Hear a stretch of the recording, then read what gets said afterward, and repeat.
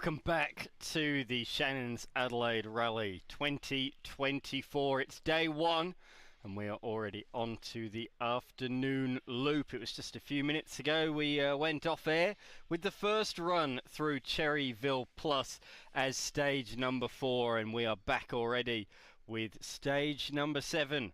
Due to the amount of cars this year, it's a quick turnaround when there are repeat runs of a stage. I'm Dan McCarthy.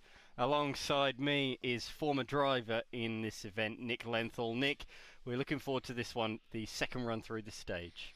It is, and it's been a very short break in between, I must say. Just enough for us to have a bit of lunch. But this is stage 7 of the day, Cherryville Plus number 2.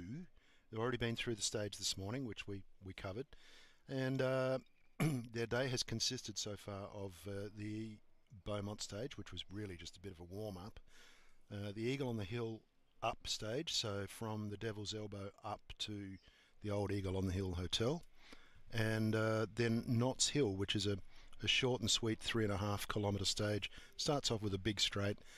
There's a ripper turn very hard left over a narrow bridge where there'd be spectators, and then up the hill. Then they came to us, and then Vista, and they've had lunch, and they're coming back. Absolutely. So this is the iconic Cherryville stage. Let's have a look at what this stage is all about. It's the longest stage in the Shannon's Adelaide Rally. Cherryville has over 150 corners and is over 20 kilometres long. The winner of this stage usually ends up on the podium, as there is a lot of time to be gained on this stage. Run twice on the Friday of the rally, the Cherryville stage takes its name from a hidden valley in the east of the stage that is called Cherryville. It's populated by cherry orchards and primary industry. This stage also takes in part the iconic Gorge stage and passes by the Kangaroo Creek Reservoir. It's got a perfect blend of fast and flowing sections and technical elements like the corkscrew section. The corkscrew section is exactly where we are located, and here is the start of that road. The first cars are just coming through. You've not missed a single one. These are the first of the machines to run through, and they sound absolutely glorious. These are the cars that you would love to own as a kid and still love to own to this day, I'm sure. It's the Zagame Tour, home to supercars and sports cars from all different brands. And yeah, there is a lot of them out there. In total, we've got over 60 Zagame cars here this weekend. We start off with the tours. These guys are all limited to 100 k's an hour, and then we finish with the 3 competition classes: competition itself, challenge and TSD. They are all to look forward to later on this afternoon, but for now we just take in the sights, Nick, and particularly the sounds of these iconic supercars going through. The sounds of McLarens and Lamborghini V10s, music to our ears. We are actually some distance from the chicane that you watched, where they turned from Marble Hill Road into the Corkscrew, or Corkscrew Road. So, but we can hear the cars echoing through the hillsides here, which is wonderful. We really are on top of the world here, and when our drone pilot takes over and takes you for a run down the hill, you'll be able to see just how, oh, thank you very much, Todd. There we go. And you can see just how high up we are. It's a very, very big drop of about 400 metres drop from 500 above sea level down to nearly 100 in only 1 or 2 kilometres. So very steep, very tight road. These cars speed restricted, of course, to 100 or whatever the speed limit might be in that road, but they are driving on a fully closed road, so they can use both sides of the road, have a bit of fun, and they're doing just that. So they come down here on turn onto Corkscrew Road, so it's a bit of a flick right and then a flick left. Look, a fast chicane, and then it gets a bit, well, slow chicane, then it just gets tighter and tighter from there, and you can see them weave through another sort of S section, and then down towards now the Corkscrew section of the course. Now, Nick, this itself, this section of the road, Corkscrew, iconic piece of tarmac. We spoke, that piece mentioned the Gorge Road part of the stage, but there is also just the Corkscrew. Just that section is run tomorrow in reverse. They go up this stage. Yep, up the hill they'll be just off the Gorge Road when they start. So they've got some tricky little bits, technical bits to get through over a narrow bridge, and a right-left over a narrow bridge. Then they start going up the hill. There's a number of hairpins, I think 4 hairpins at the base of Corkscrew Road, and then up the hill. Very, very tight, very steep. And look, you can have plenty of horsepower, but the main thing is to just keep the flow going, and a little not so powerful car can do really, really well on this stage. Even the people who win this stage will only average about 87 kilometres per hour. There you go, that just shows how tight and technical it is. Nick, it's an iconic stage. It's been around on the Adelaide Rally since day dot, even back in the early days of the classic Adelaide Rally as well. It, as we say, runs downhill and uphill. Do you have a preference? Actually, no, I like them both. You really thought about that? I had to think about that, Dan, because normally my preference would be uphill, but it's... Look, driving downhill quickly when you've got your notes right and you know exactly what's around the next corner and the corner after that is a privilege. And this is one of those roads that you actually surprise yourself how quickly you traverse it when you're going downhill. Speaking of privileges, look, a couple of Ferrari 296s. That is cool. They've only been around for just over 12 months, and they've already been doing great things in the world of motor racing. In GT3 competition, they competed very successfully, winning, I think it was the Nürburgring 24-hour on debut last year. And of course, Ferrari as a manufacturer have got so much more involved now in the top tier, haven't they? The World Endurance Championship, and they have won the last 2 editions of the Le Mans 24 hours, which is so cool. The Ferrari 499 really is doing great things. It's yet to take a championship. They just haven't been able to string a season together yet, Ferrari, but it's shown good signs as we see a Ferrari coming through. That's an F430. Spider. Down the hill. Yes, Spider, exactly right, Nick. Earlier today, when we started the coverage, it was drizzly, it was wet, it wasn't a particularly pleasant day, but boy oh boy have the conditions changed for this live stream. Now you can drop the top. It's actually quite warm in our location where we're sitting. I'll say it's hot. How's that? It is hot. If you were standing outdoors watching the stage, you'll find it probably is a bit warm for you. You have your big broad brim hat on and a bit of sun cream going, but it's a great spot to watch. And like you said, Dan, Ferrari's steeped in history as a motor racing manufacturer.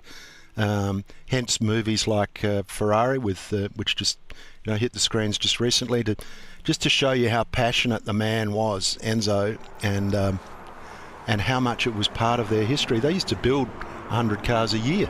That's right. In the 50s, and they were just about all used for motorsport. As we see, one of my favourite shapes coming through, a Ford GT40.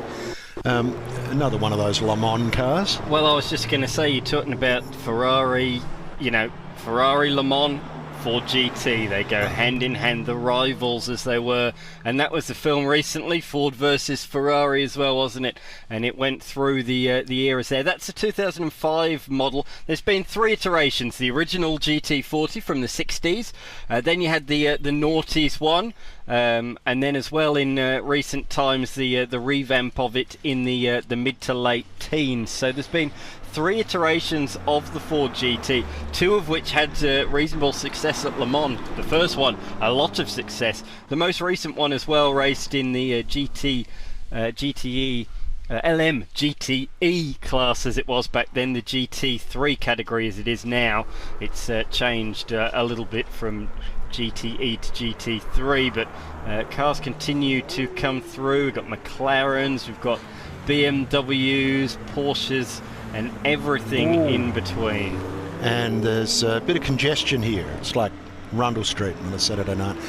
For those of you who are not classic car tragics and you're not as heavily into sports cars as Dan and myself, the 40 on the end of the GT applied to its height. It was 39.5 inches tall. Hence that GT40 name that stuck with it. Absolutely, and Jeremy Clarkson famously owned one, and he had an absolute nightmare getting in and out of that thing. I don't think he could get into it at all now, actually. I think his back is probably so bad. That might be the reason. Of course, these days with rally competition, there is even a rule which says that you have to extricate yourself from your competition car in 10 seconds while you're still wearing your helmet and your harness device. So that's not easy to do in a car with a full roll cage and intrusion bars in the doors. You've got to be a bit nimble. I don't think Jeremy would make the cut somehow. He'd certainly enjoy this event, wouldn't he? It's so many lovely cars, both old and new. That's one of the great things. Yeah, we're looking at the Zagame Tour, which really are the modern supercars and high-performance machines, but later on we'll see some of the classics in the Porsche Tour and a few other tours to come. But at the moment we are looking at a couple of Mercedes coming through, the first of the Mercedes Tour. That, of course, being promoted by Mercedes-Benz Adelaide, and motorcar dealers these days using events like this as a way of providing marketing and getting all their client base together so they can socialise and they can all tell each other how good the car is. So it's very good for the dealer to get all their fans together in one place. Yeah, absolutely. So Mercedes Tour, they've been around for quite a while in this event, and continues to grow year on year. 31 entries in the Adelaide Rally this year already. We've seen 64 Zagame cars go through, so the 31 now in Mercedes, taking to the tight hairpins. We spoke about this earlier on today, Nick, but these hairpins do get gradually, the radius opens up a little bit more. They're ever so slightly faster each one. The first one on your pace notes is probably a 1, and by the end is it maybe even a 3? My memory has deserted me on that. You're getting really technical now, but fortunately we've got Todd, our drone pilot, giving us a real good perspective of what those hairpins look like. But yeah, you're right, they do open just a little bit. There's not a lot in it, to be honest. It's a matter of just getting through there as best you can. If you're a hero, you might pull the handbrake on, but then again, you might get through there just as quick or quicker by just steering the car through.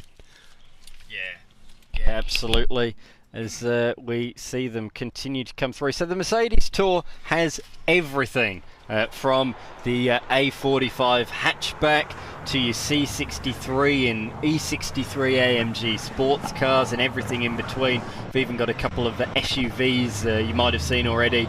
There will be a couple more, I believe. So a huge eclectic mix, but it shows how popular that all Mercedes are. You see with some brands, don't you, Nick, that certain cars are more popular than others, but with Mercedes every model is equally as popular across the range.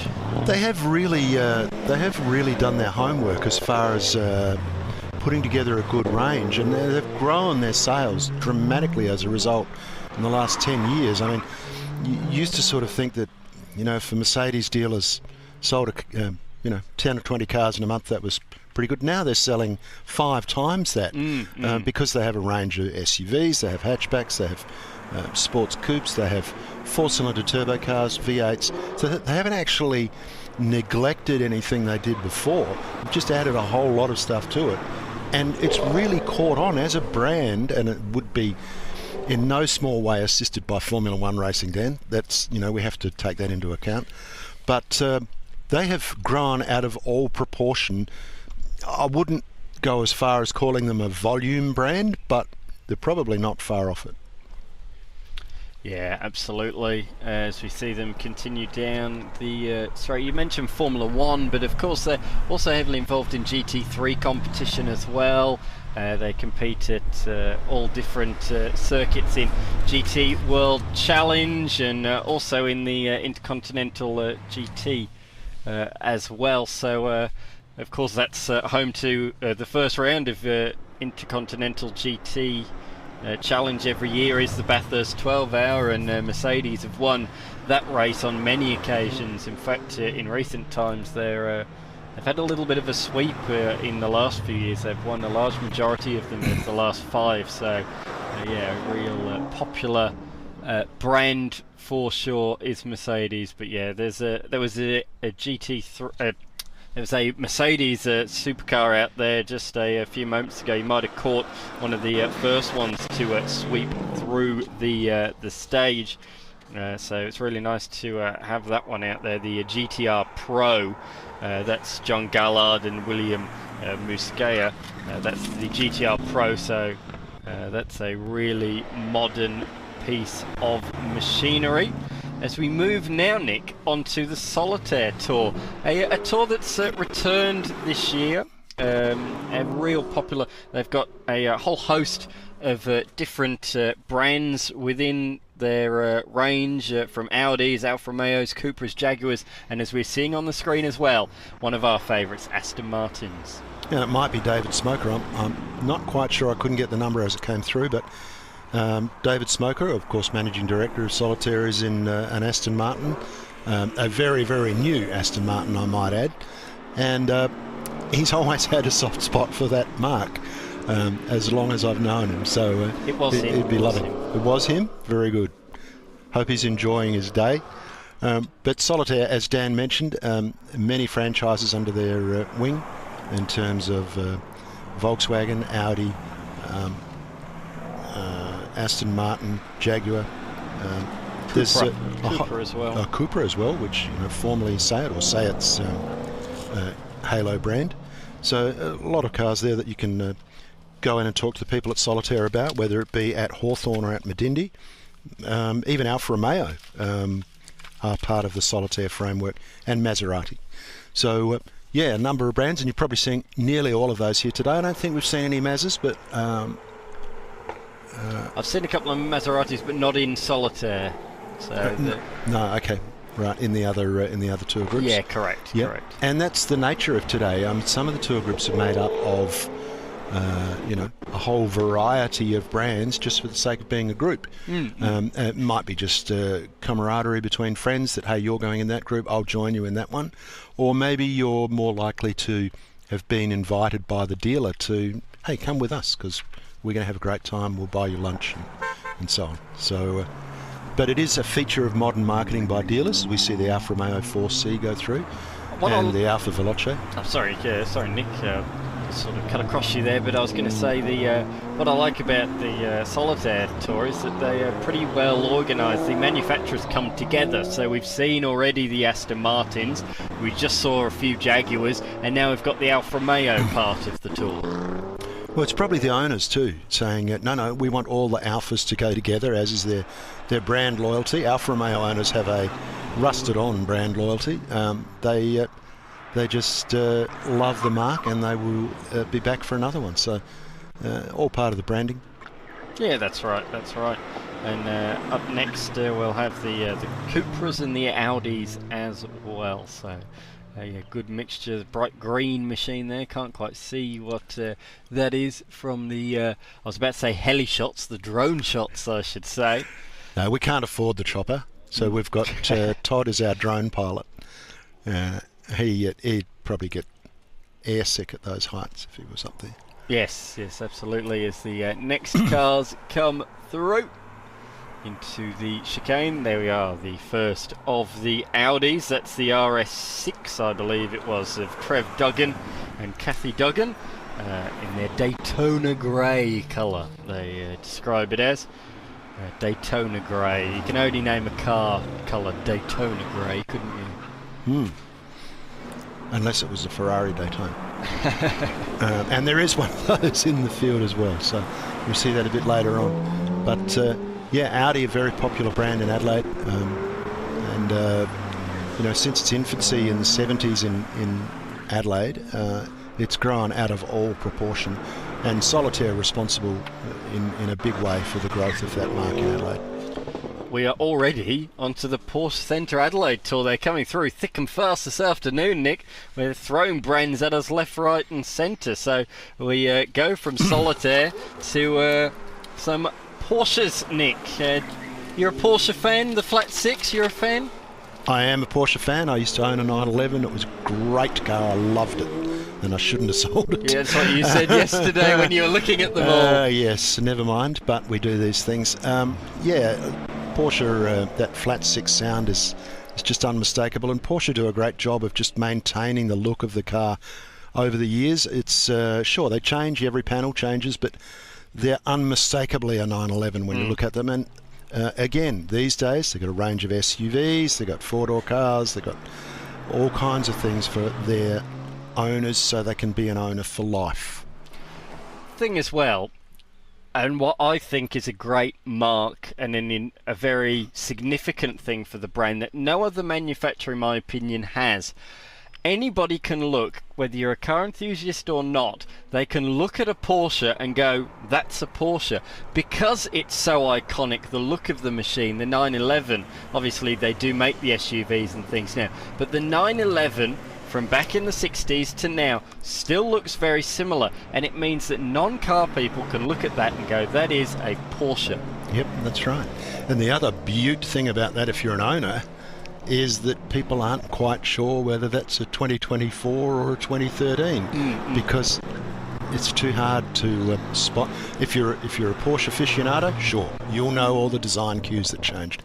But to the man in the street, the cars just don't date. No, that's right.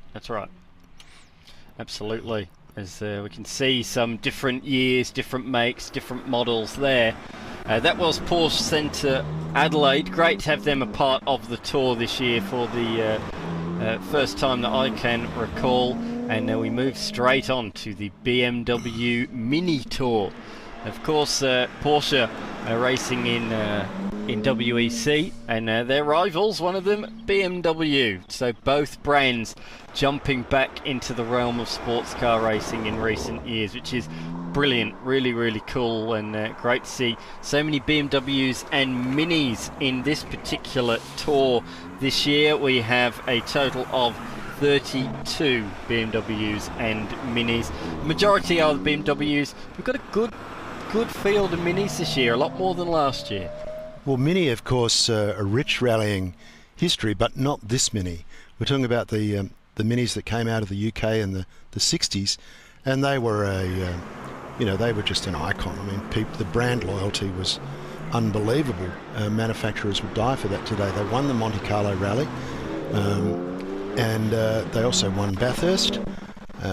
Hard to believe, I know, but a Mini Cooper S won Bathurst. And now we have the reincarnation of the Mini under the BMW badge. And they've also caught on extremely well. And they've, again, retained a lot of that heritage. You know, they even had some models with the Union Jack colour scheme on the roof. The Countryman is a good reflection of what the old minivan would have looked like back in the day, with the little bits of wood panelling around it. But, it's just, again, another brand. And with the modern slant on the engineering and the build quality, with BMW componentry used right throughout. Absolutely. This class has everything from your M2s up to your BMW M6s. So there's a huge variety in this particular tour. So yeah, from the M2 all the way up, and then a variety of Cooper models as well. There is actually a couple of old classics in here as well from the 60s, so yes. We'll look out for those in a couple of minutes. But that M badge just conjures up fast cars, doesn't it? As soon as you start talking M3 or M5 or something, we know that they were the gun car from the range. And here's one coming down the hill now, or multiple really. They are nose to tail from all different eras, but that iconic grille now that you see with the BMW M products, and there are a couple of older ones just behind with the slightly skinnier grille. It's great to see these machines hit the hills of Adelaide, supported as it has been for so many years by Shannons. Of course, they share our passion, don't they, Nick, with motoring. They don't just sponsor your road car, but your spares as well, which is something that is a great initiative taken by them. It's a big relief when you insure the Shannons, because you know that they actually understand what how you can be passionate about your old weird car. Some people might think that, you know, it's a bit odd, but to you it's a really, really important car, and they understand that. They'll give you an agreed value if that's what you want, and you know, you can tell them all the things you've done to it or options that you've fitted to it, and they'll take them into account in your policy without even flinching. It's part of what they do. So they really are an enthusiast car insurer. Yeah, very, very much so. 100%. As well as that, of course, Calder Wealth Management, a sponsor of the event as well, Nick. That's right. Ben Calder, a former winner of the event some years back, but Ben has been a part of the event for a long time. He won the modern category in 2020. The event which was actually run in 2021, but it was the 2020 Adelaide Rally. Ben Calder won it from Morton and Lilly. And I think Ben's most recent car was an Evo, I think, but at times an Audi as well. So a long-time supporter of the event, Ben Calder, Wealth Management. Just saw a few of those minis coming through, as I say. It's a good couple of handfuls of those this year, which is really cool. All on different sorts of tyres. Of course, this year we have a new sponsor jumping on board, SA Motorsport Tyres.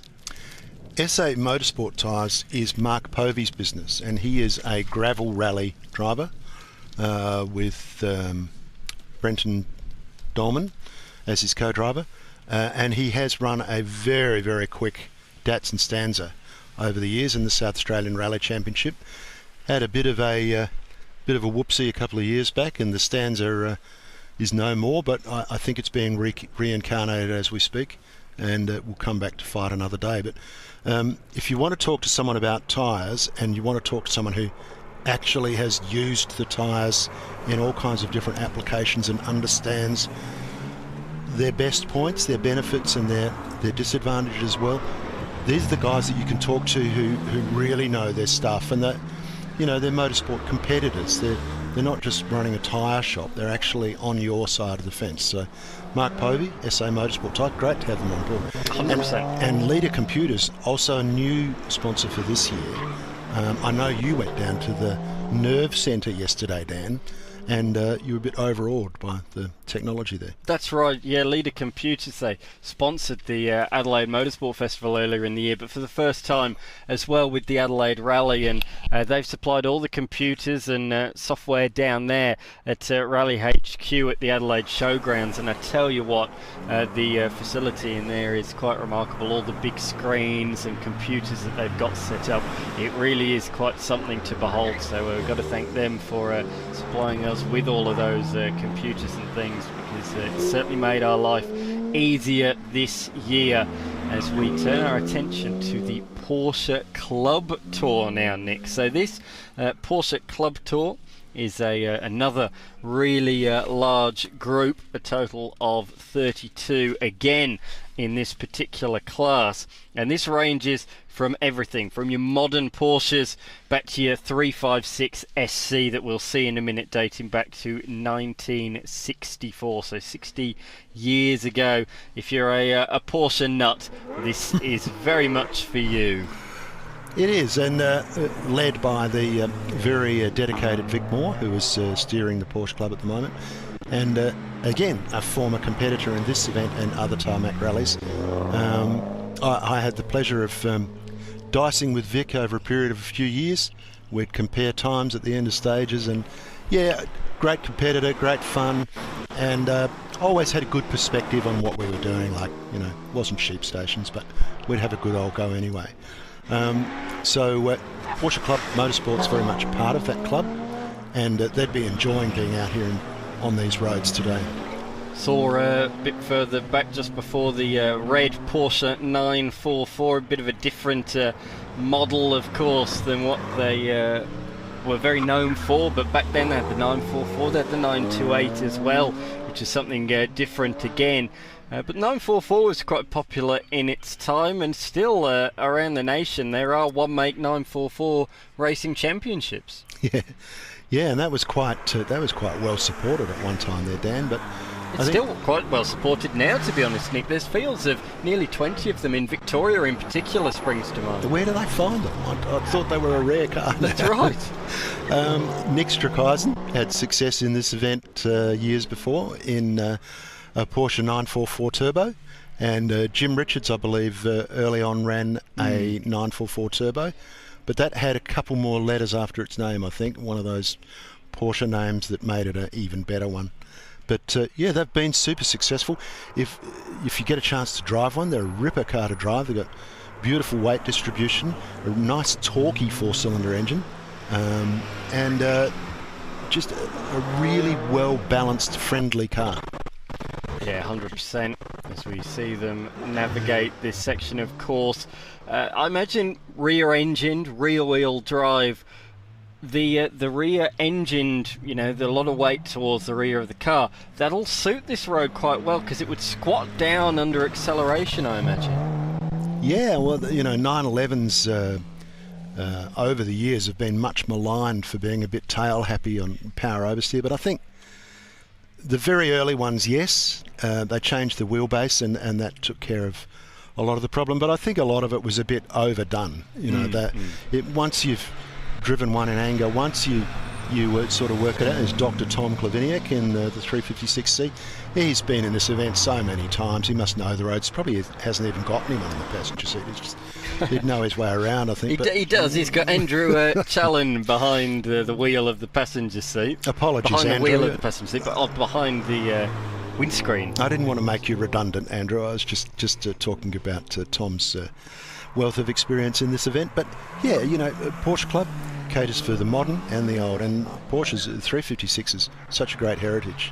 It certainly is. And now we move on to a relatively new tour, the Hyundai Tour, Nick. I love these things, i30Ns. I reckon they're a great car. I've made this point to a few people. You know, 10 or 15 years ago, if you said Hyundai, you'd have gone, oh, cheap and cheerful. Not anymore. This brand makes high-performance sports cars. The end products are something to behold. I'd absolutely love to own one, and I do plan to at some point because they're such desirable machines now, so fast, so nimble, and they make all the right noises as well. Unfortunately, they're holding their value very well, which is quite annoying because it makes it harder to buy one. But they are a proper hot hatch, great fun to drive. I think these fellas probably got their exhaust switched to rally today, so it'll pop and bang on the overrun down the hill. But great fun, and they were I wouldn't say budget price, but they were very sensibly priced when they first appeared. The Pages run, it's Peter Page and Paul Page as well that run the Hyundai dealer, and that's the guys that have got involved in this event, and Paul Page is out there. He was the leader in his i30N, but yeah, the class has i30Ns, i20Ns, and even a Kona you might have seen there as well, a Kona N, and as well an i30N sedan you would have seen. One of the things I like about some of these cars today, Dan, is the way they push the styling limits. Like a Kona is an instantly polarizing car. People either love it or they hate it. But for me, it's got a bit of world rally about it. It's got a bit of toughness about it, and it's a captivating style.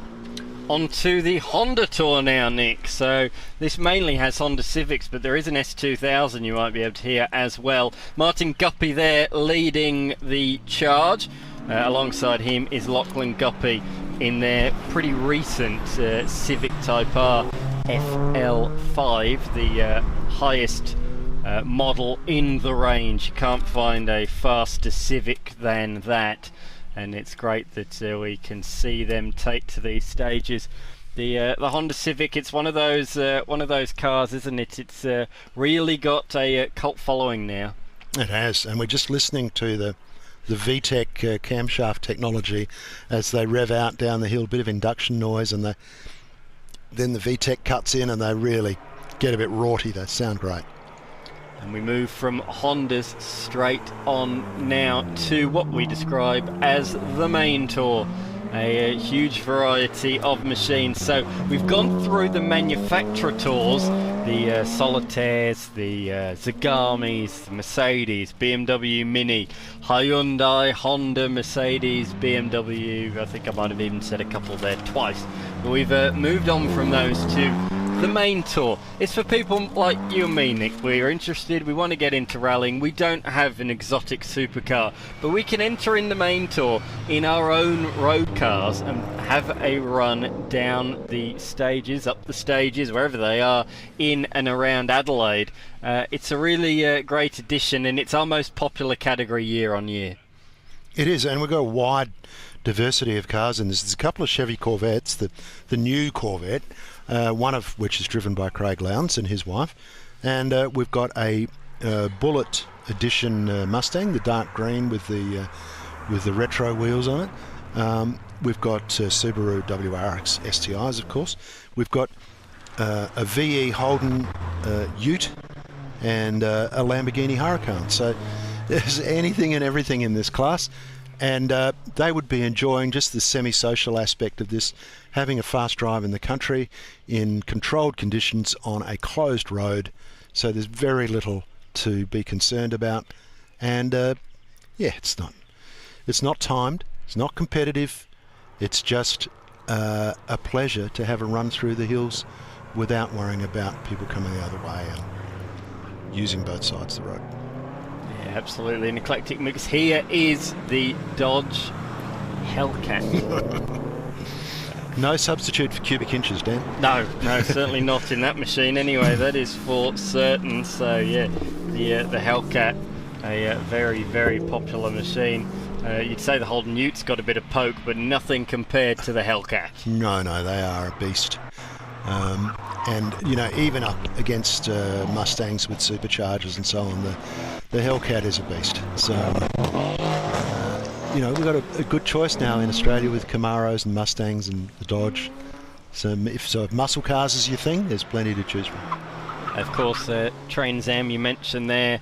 The Camaro, the Mustang and the Dodge Challenger, of course, the penultimate round of the Trans Am series is taking place at Bathurst this weekend as part of the Bathurst International, and the final round will be next week at the Adelaide 500. So yeah, if you like your Camaros, your Mustangs and your Challengers, Trans Am is a very, very popular series. And of course, Supercars is going in that direction, of course, with the recent announcement, though, of another brand joining of significant note. So from 2026, it'll be Ford Mustang, it'll be Chevrolet Camaro, and it'll also be Toyota with their Supra. What big announcement that is, not only for you know, the Adelaide 500 or whatever, but for motorsport in this country to have a manufacturer like Toyota involved. That is huge news. It is huge news, and we're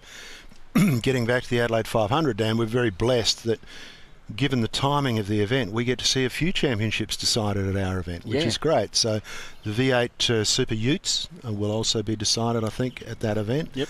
And Jaden Wansek, one of the competitors in that from Adelaide, he performed very well at Bathurst and very well again at the Gold Coast 500.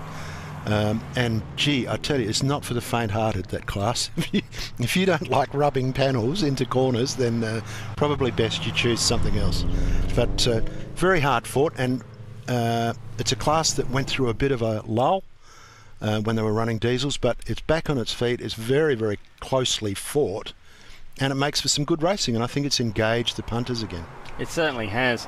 As well as that, South Australian Kai Allen is looking to be the first driver to ever go back-to-back in Super 2, but he is going to be pushed by not only Aaron Cameron, but Bates as well. Yes, that familiar surname to rallying.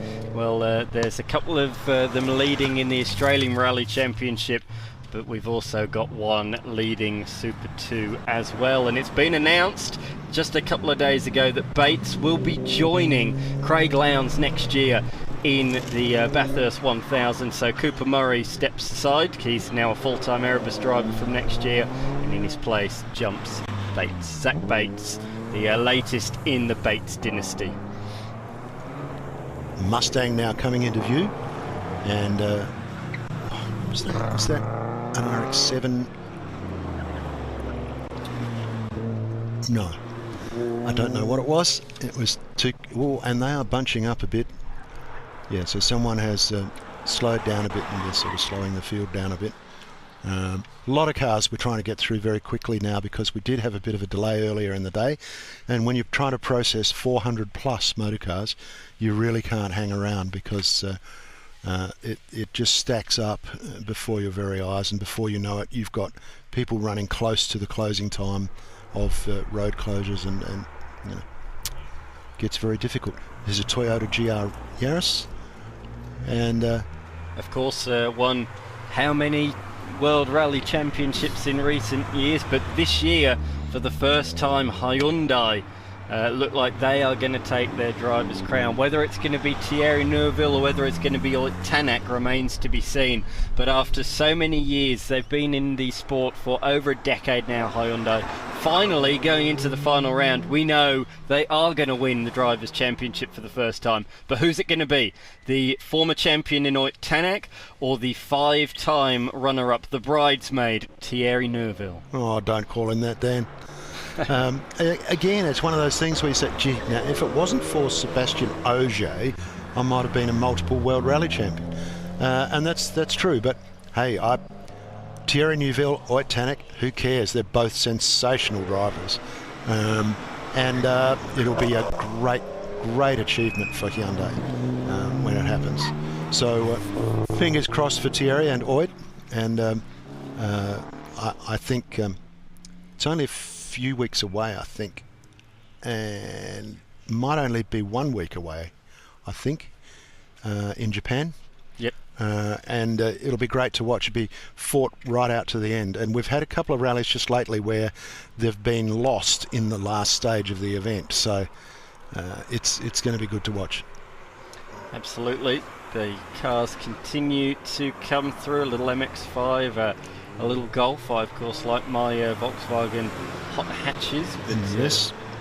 Through goes through. Something a bit more in your sort of era. An old Porsche goes through there.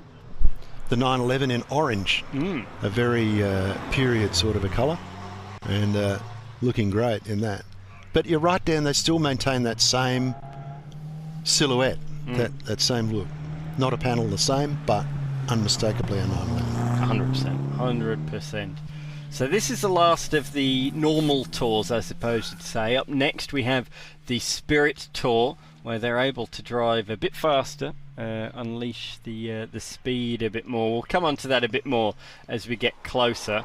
But still no times taken. Correct. No competition. It's a fast drive in the country for enjoyment in controlled conditions, and the people treat it that way. But you will see a little bit more spirited driving.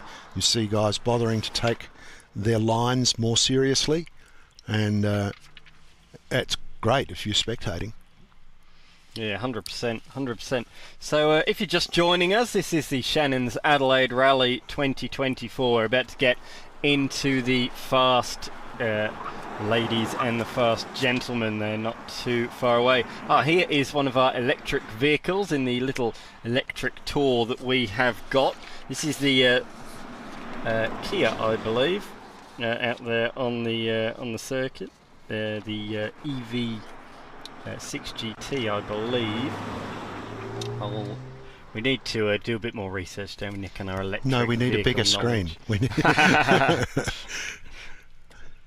as they go on through. Silence. We don't even know they're in the stage, Nick.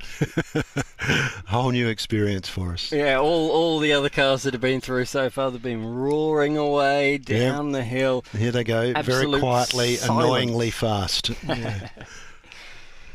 What I was going to say, though, Nick, is this is welcome if you're just joining us. I'm Dan McCarthy. Former competitor Nick Lenthal is alongside me. You're joining us on day one of the 2024 Shannon's Adelaide Rally. This is stage 7 of 11 today. We're live streaming 2 stages each day. So if you missed the action earlier on from this very stage, stage 4, we ran It was an exciting stage. Certainly saw the competitors in the competition classes pushing the limits, and they are not too far away from navigating the 19.44 kilometre stage of Cherryville Plus once again in a few moments time. From there they go to the Stafford Hill Climb, Nick, a very popular stage and a spectator friendly stage. Great stage, has been run in both directions, used to be called Stafford Ridge, and that has been a part of the rally ever since the classic Adelaide rally days. So you can start it on Stafford Road, just out of Lenswood, and go down, turn right at the road junction and go down through the S's and down towards the main road into Cuddly Creek. Or you can come back the other way, which is what they're doing today. So it becomes a hill climb up through the S's. There's an intersection, which is where the spectator point is. So that'll be a turn 90 degree left and uphill, and you'll be able to stand on high ground, watch all the cars as they come up the hill at full acceleration, because it is quite a steep hill. So you'll get to hear them at full noise. They've got to brake hard and then take a line for the left-hander, run up the hill, and then there's a right-hand corner at the top that tightens, and it does occasionally bring them undone. So there's a bit of spectacular viewing to be had there. If you go to Lenswood and just head down Cold Stores Road, you'll get to a road closure, and then the marshals will direct you to where you can stand safely and watch the cars go through. It's a really good spot, and it's been well attended for many, many years right through the history of this event. As I say, run in both directions, but either way, it doesn't really matter. It's a great spot to spectate. We see an Alfa Romeo Giulia Veloce just running through. Alfa Romeo, one of the Solitaire brands, but it might be a little bit out of its rankings at the moment. So Spirit Tour we expect to come through next. Spirit Tour, Nick, the other tours we've seen so far limited to 100 k's an hour, but Spirit Tour 120 k's an hour. They're separated at 30-second intervals, unlike the tours that we've seen so far. But importantly, with that extra speed comes extra safety. Have to wear a helmet, harness device, etc. to go competing. We say competing, they're still not against the clock. Yep. But this is the as the name suggests, a spirited tour. It is, and that's what these guys like. Look, there's a tier for everyone. There's a category for everyone. And as we talked about earlier today, some people step back a spot. You know, they say, no, I don't really want to commit that hard anymore. I'll just take a step back and treat this more as a cruise through the hills. Other people, they're getting a toe in the water. They're learning more about the sport. They like it. They want to go a bit quicker. They want to make the car more purpose-built. So they start changing suspension and gear ratios and diff ratios and so on to try and get the most out of the car, and they'll go up a category from Spirit Tour to Challenge to full competition. So there's always a spot for you, no matter where you fit in. And Spirit Tour, the good thing about this category, when I say good, the less onerous thing about this category is that the safety requirements are nowhere near as stringent in terms of the build of the car. Now, yes, you've got to wear a helmet, and your speed restricted to 120 kilometres an hour, but you don't have to actually build your car to the regulations provided by Motorsport Australia. So you don't have to have the full extent of roll cage that they demand for the full competition categories. You don't have to have a firebomb plumbed into the car that you just pull a lever and it puts a fire out no matter where it is in the car. So yeah, not as stringent regulations for these guys. It's kind of a limbo category, isn't it? That, yeah, I'm having a dip, but I don't want to go through all that car build stuff. And it might even be their road car, so they don't want to dedicate it to rallying. Yeah, absolutely. You can see a couple of fans on top of the hill over there. They're getting a real good view of the action, all the colour and atmosphere that is out and about. And speaking of colour on demand have been a real important part of the event leading into this. They've created all of the stickers and everything that you see on the car, so all the car numbers, all the sponsors stickers and everything on the cars are created by Colour on Demand, a local Adelaide business located in the city. I had the privilege earlier on in the year to visit that place, and they do a remarkable job. And it's really nice to see South Australian businesses getting on board with this event and really supporting it. Not the only South Australian business to be a sponsor of this event this year. No, South Australian businesses have been very positive about their approach to the rally and to the Adelaide Motorsport Festival because it's good cost benefit. It's a good return on your advertising investment, because if you understand who your audience is and you can identify them, and you think this fits your client base, then sure, this is handing them to you on a plate, because it's a very clearly defined demographic. We see some of our hardcore spectators waving. Good on you guys. Don't know exactly where they are. They might be just on Church Road, I think. Yes, they are indeed. So just directly behind, a bit further up the hill. They are a bit further up the hill. They are out of harm's way, but directly behind this camera here. So, while we're looking at them, Dan, this morning we met our radio man. Oh yes. Now the radio. Now these days it's interesting because you always have a backup. Rally Safe has transformed rallying, because whatever happens in the car is relayed back via GPS to rally headquarters. So they've got real-time messaging of what is going on in a rally car. Did it stop? Did it have an accident? Do you need assistance? All those things they know immediately. But we still use a volunteer radio operator network who are used by emergency services as a backup. And what they're doing is they, on our viewing point, every car that goes through, they write it down, they write the number down, and they write down that it's gone through. So it's virtually impossible to go missing.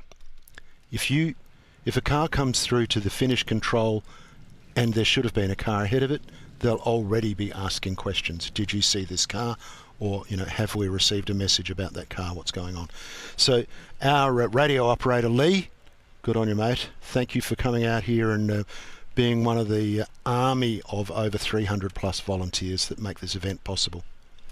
I've got some stage times, Nick. This year we are posting stage times at the end of every single stage, and the first few times are coming in as we speak, I believe, from stage number 6, so that's the stage before this one from the competition category. So that would be lunchtime? That was their lunch break then? Yes, yeah. Correct. So Alex Rouleau, new to the event this year. Yes. We said, how long will it take him to get up to speed, didn't we?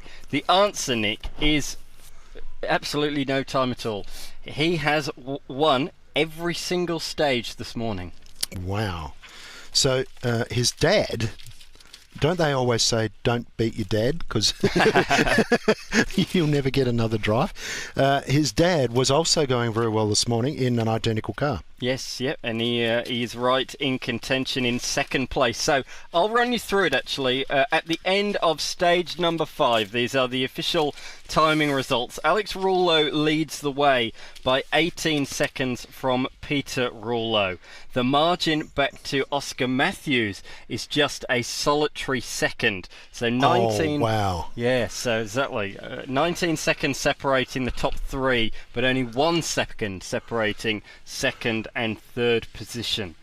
A nice little battle also brewing for 4th position between the Warings of Cameron Waring and Tanya Waring and the former race winner or rally winner in 2022 of Lovell and Rzuski. They are separated by just 8 seconds. They're a further 20 seconds further back than Oscar Matthews, but they are fighting tooth and nail for position number 4.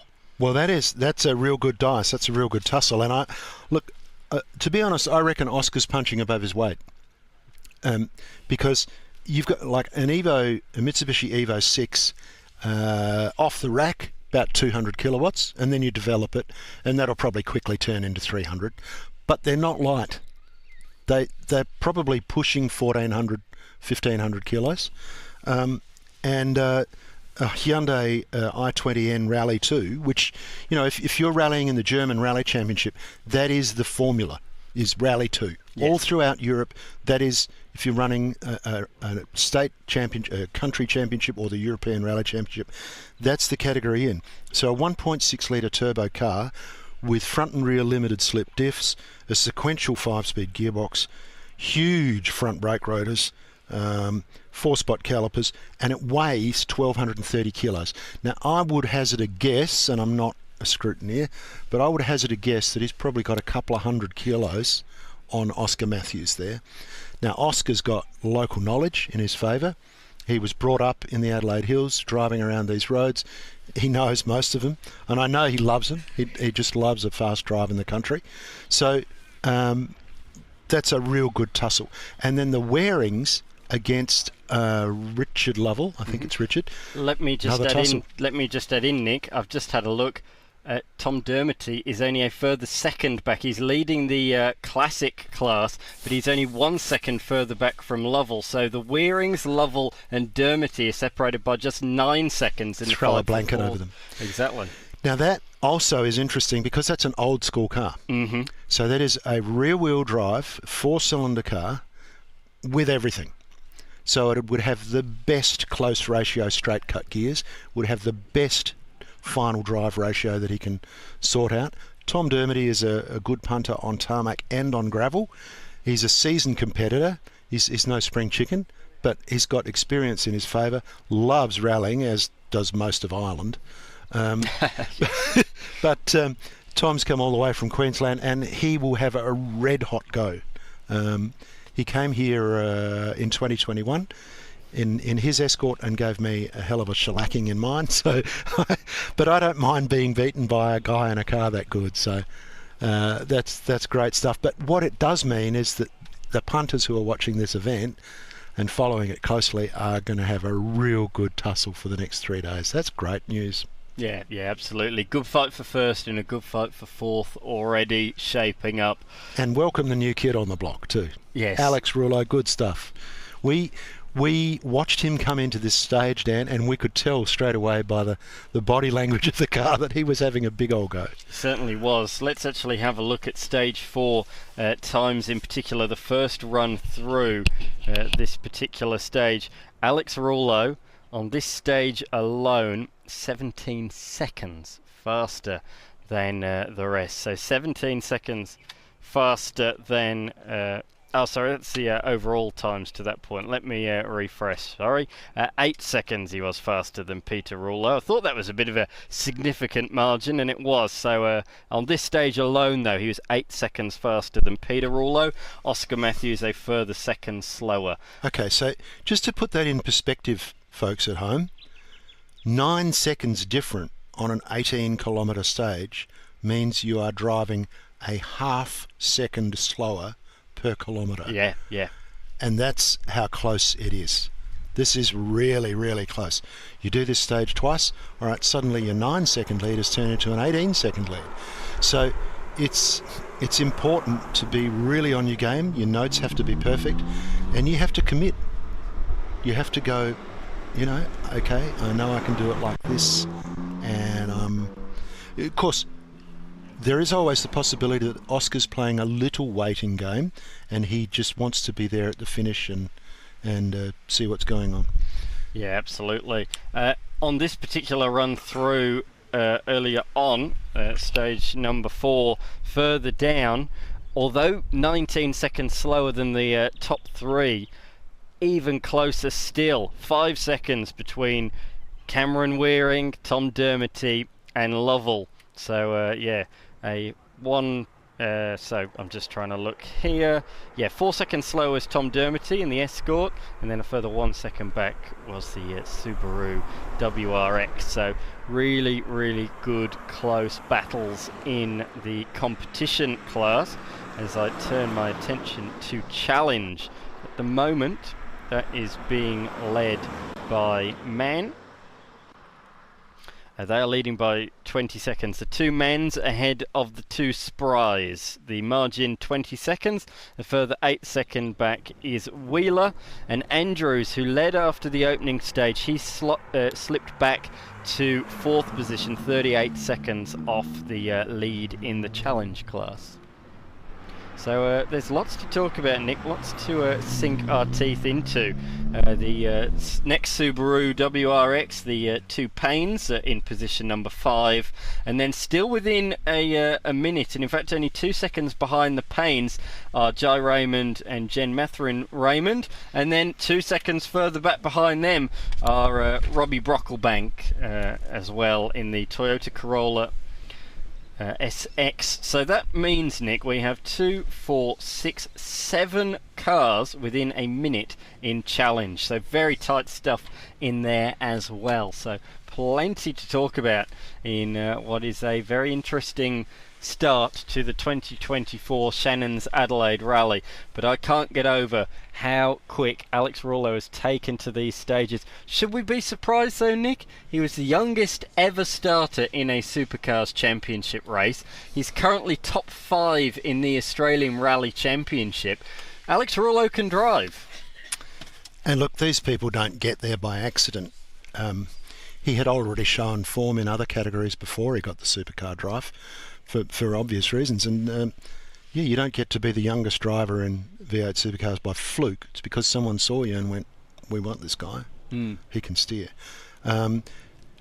Aside from that, competition in the Australian Rally Championship is very, very close, and you have to be really on your game to be up there in that, you know, because you've got the Bates family have monopolised that for some years. It must be something in the genes, I think, Dan. Well, the fact that Zach Bates is leading in Super 2 as well going into the final round says there's absolutely some family genes, whether it's tarmac circuit racing or rallying. I know. And look, even Rick Bates, Neil's brother, did this event years ago when it was Classic Adelaide in a Porsche, and he was very quick as well.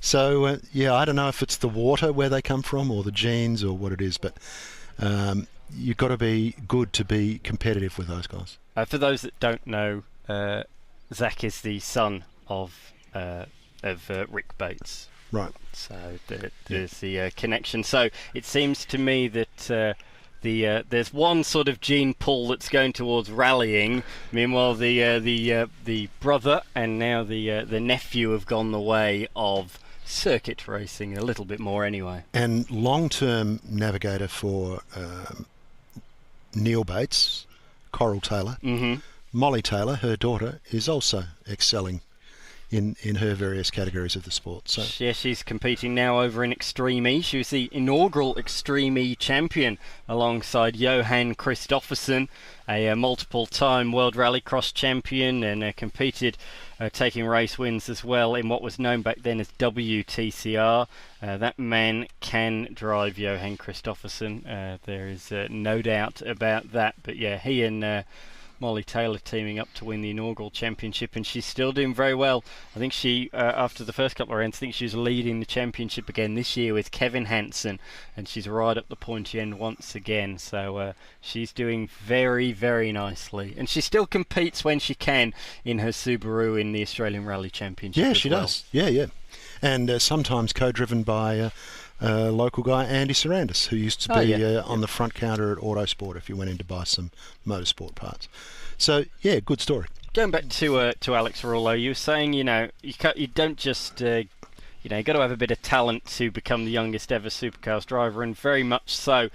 In his debut season in car racing, he competed in V8 touring cars, now known as Super 3, and he finished as the runner-up at the age of 14. It's just absurd. So 14-year-old runner-up in Super 3, went straight into Super 2 and had a few reasonable results that year. He was driving for Lucas Dumbrell Motorsport, and it just happened that Lucas Dumbrell Motorsport was stepping up to supercars the next year, so he could see the talent in the kid and decided he along with Alex Rouleau, should move up together into the Supercars Championship in 2017, and that's how he became the youngest ever driver. But you look at the following year, he stepped back into Super 2 the following year in 2018, and the names that he beat in that series, right, I'll rattle them off for you. In 2018 he beat Brody Kostecki, he beat Will Brown, he beat Thomas Randall, he beat Bryce Fullwood. I mean, they are current Supercars drivers right at the pinnacle, the top of the sport. Brody Kostecki, the reigning champion, and Will Brown, the current championship leader, going into the final event. Alex Rouleau is a proper talent. Got his life before him. Yes. And he's making his mark. He's making it very clear. I mean, there's shades of Kalle Rovanperä there as well. When he competed in, I think it was Estonia, he had to get special permission because he wasn't old enough to have an Estonian driver's license. Yeah, incredible. And he's winning the World Rally Championship. Yeah, that's right. Bonkers, isn't it? Oh, dear. Absolutely bonkers. We have more entertainment coming up for you. We've got some competitive classes. We've got the full competition class. We've got the challenge class, and probably as good a time as any. We did touch on this earlier. The reason Craig Lowndes is here is that we have a new sponsor on board, which is the Prostate Cancer Foundation. And Craig Lowndes, who better to be an influencer for you? But I think we've got some cars coming, and I don't want to talk over the top of cars. Finish your point, Nick. That looks like a 2 litre. But prostate cancer, it is a killer, but it doesn't have to be. As with all cancers, breast cancer, bowel cancer, prostate cancer, early detection is the key. So, fellas, we have a reputation for not taking care of ourselves, just being, I'm too tough for that. I don't need a checkup. Get your GP to give you a referral for a blood test. Take you about 10 minutes at SA Pathology or someone like that, and they will monitor your PSA level, which is your prostate-specific antigen level, which is not bad for a bloke who didn't excel at biology. And they just look for any rises in that. So keep an eye on it, fellas. Back to the cars. Yeah, coming through now is Nick Pappas in his 993. I could hear tyres protesting there. Or is it the 404? It is. Apologies, it's Dan Standish. So a couple more cars have come through than I first realised. 3 of the first 5 are white Porsches, Nick. It's quite hard to tell sometimes from certain camera shots. 3 of the first 5 in this group. So Dan Standish, alongside him is James Marsh. It's their 911 GT3 RS, and it sounds absolutely glorious heading down the stage as we look at the Integra of Kyle Newell. He was pushing hard earlier on, wasn't he? And he seems to be doing the same once again. Certainly puts the poke on out of the corners. Maybe a little bit cautious going into them, but it's better to be that way around than too overconfident. He was the first guy we saw really taking lines this morning, and you can see he's at it again. This is sounding good, Dan. What's coming down the hill now? It's an Impreza of some description, a WRX with gold wheels. Wayne Burbidge, he was in the event last year in this very car as well, so he loves the Spirit Tour. Great to see him back once again in 2024. Ben Old is flying. He pushes this car to the very limits, doesn't he? He does have a go, Ben Old. And a very capable punter he is too. 997 GT3. CS, we should add. Club Sport. Yes, exactly. The very top mark, or the very top car in the Porsche range. This is a very popular car in not only Spirit Tour this year, but elsewhere. And it's Daniel Kaliz. I know Daniel quite well, a very well-known photographer and media identity in Australian motorsport. I'm actually surprised he's here this weekend and not shooting up at Bathurst or being somewhere else around the nation. He seemed very excited yesterday. I said, "You're very excited about this event." He goes, "Yes, I've got Motec this year." He said the launch control on this machine is absolutely absurd. He was more excited about getting off the line 30 times than actually driving the rest of the stages. So great to have him back again this year. Well, there's a bit more technology again. I mean, the car doesn't have to have all the technology when you buy it. You can always add it afterwards. That's exactly right, yes. Yeah. This has a huge rear wing, doesn't it? This looks more like a sort of hill climb car or something like that with a rear wing this size. It's a Mitsubishi Lancer heading down the stage. Didn't quite see who it was, but yeah, really... Might be Michael Wazinski, I think, car 405. I'm going to take a stab at that, but wait until we can see it again and see if we can pick him out.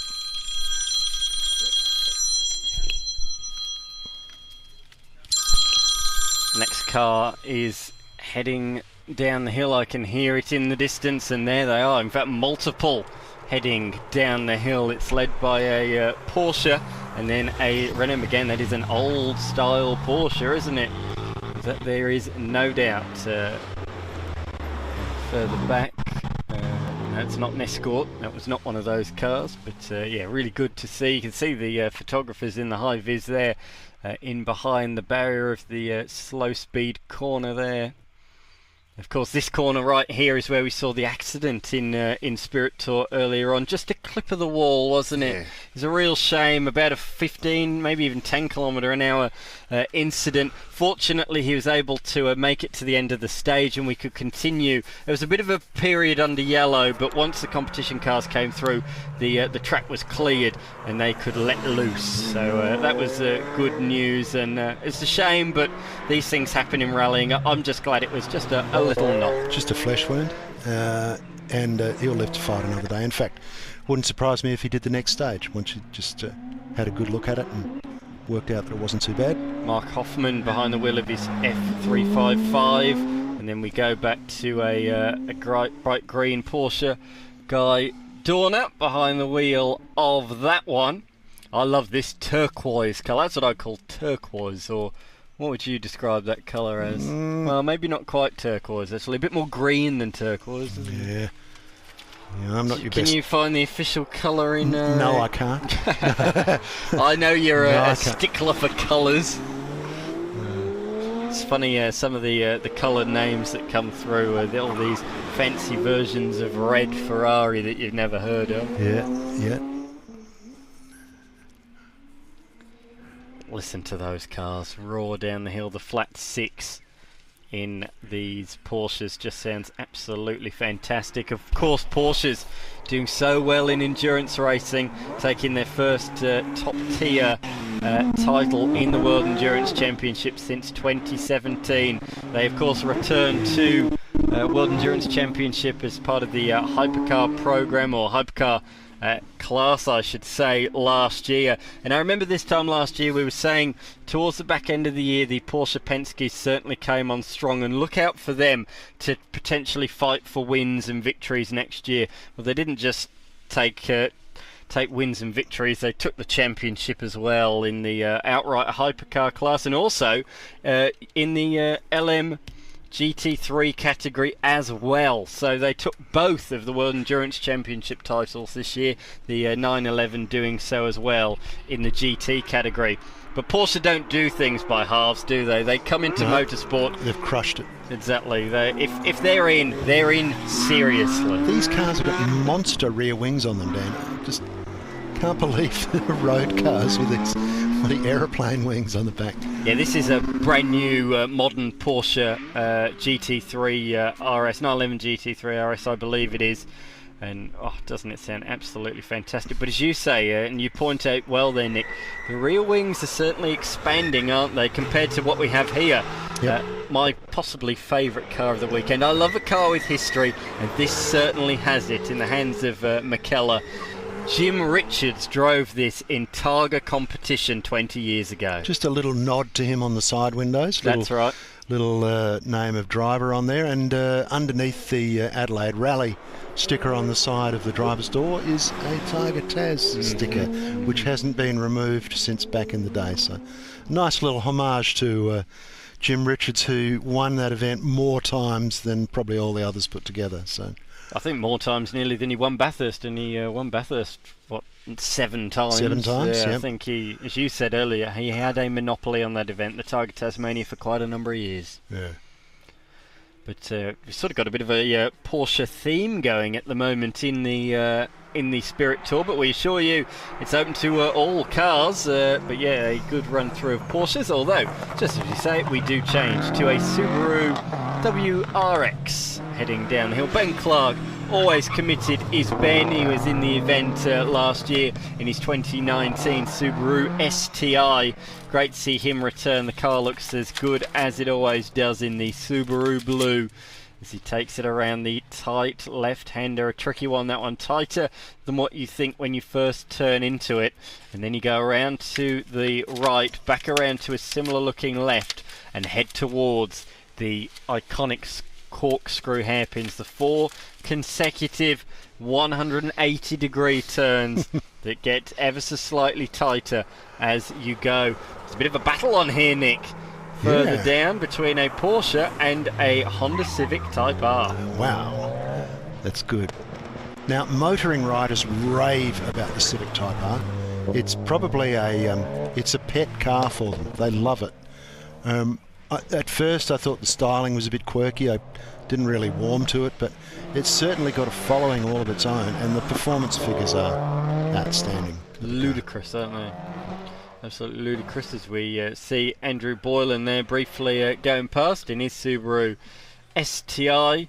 That's a cool shot, seeing them zigzag through the trees. That is literally a ribbon of tarmac. Beats going to work. Oh, well, we're lucky enough to say that this is our work this weekend, Nick. This is our gig, but they're having a great time out there, those guys.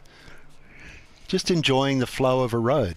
It's so different to being on a racing circuit and, you know, repeating the same thing again and again and again. But to drive down a closed road is a real privilege, you know, especially if you've been brought up driving that road and you always think, gee, you know, wouldn't it be good to go through here just flat out and not have to worry about the people coming the other way and do the socially responsible thing. Let's just see what it would be like to drive like the big guys do.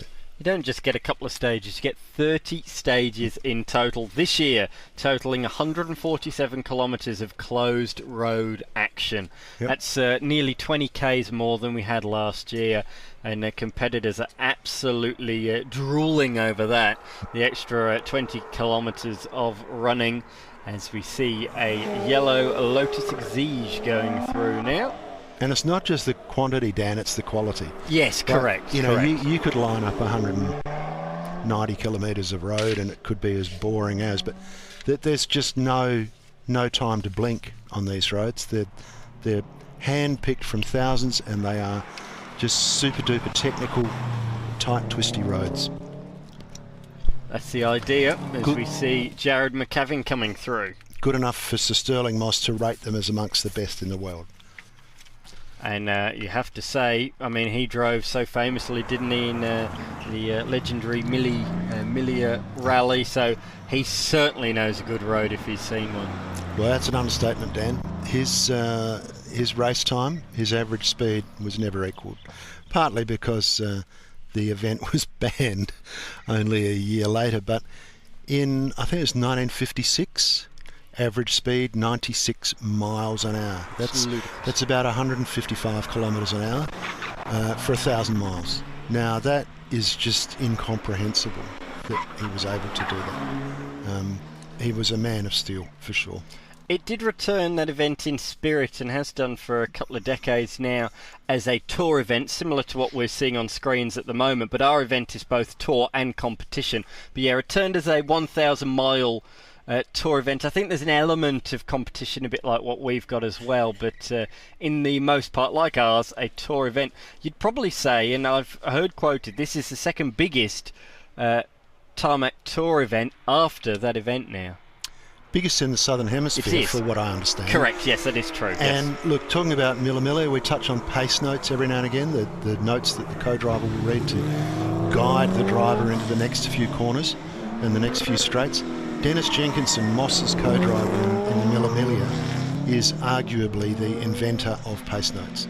He ran them on a pianola roll on the dash of the Mercedes and just rolled them through as they went from corner to corner. So it's great backstories on that event. The other story is that Dennis Jenkinson didn't actually get out of the car for the whole 1,000 miles. He sat in the car and they just gave him a bit of bit of peeled orange and just have a little drink here, and he didn't even get out of the seat. Incredible story. Iron men. They Oh, were. 100%. Exactly, and that was when it was miles, not kilometres. It was miles, and a pretty good chance of dying in it as well. So, and if you haven't seen the movie Ferrari, go see it. Absolutely, I can vouch for that. I don't think we've got too many more Spirit Tours left now, Nick. I think that's the large majority of our Spirit Tour competitors. I think there's a few more, but not too many. I think we've seen a large bulk. As we see, your favourite, a yellow Escort. We're going to say this every single time, aren't we? I'm never going to hear the end of this, am I? Nick, if you don't know, Nick used to own a yellow Escort and competed in tarmac rallying, and competed in the Adelaide Rally, the classic Adelaide Rally as well, for many years in a yellow Escort. So he gets a little bit excited when one comes through the stage. Any sort of Escort, but particularly one in yellow. Yes, a little tear in the eye there. No. So that particular Escort, a turbocharged Nissan engine in, which is a pretty normal swap for an old school car. Put a 16 valve turbo engine in it and make it go twice as fast as Ford ever meant it to go. So, but they were, of course, all those cars in the 60s and early 70s were very light. It was normal for a car in those days to weigh 750, 800 kilograms. A modern car today, with its plethora of airbags and safety features and GPS and all those other things, it's more like 12 to 1500 kilos. Even a sports car like an MX-5 still goes past 1,000 kilometres on the scale. So they were ridiculously light cars with not a lot of safety features in it. Devin James going through at the moment in his 2021 Porsche. Doesn't this sound absolutely fantastic? That, I believe, is a Cayman. So not 911, the sort of model down, I suppose you'd say.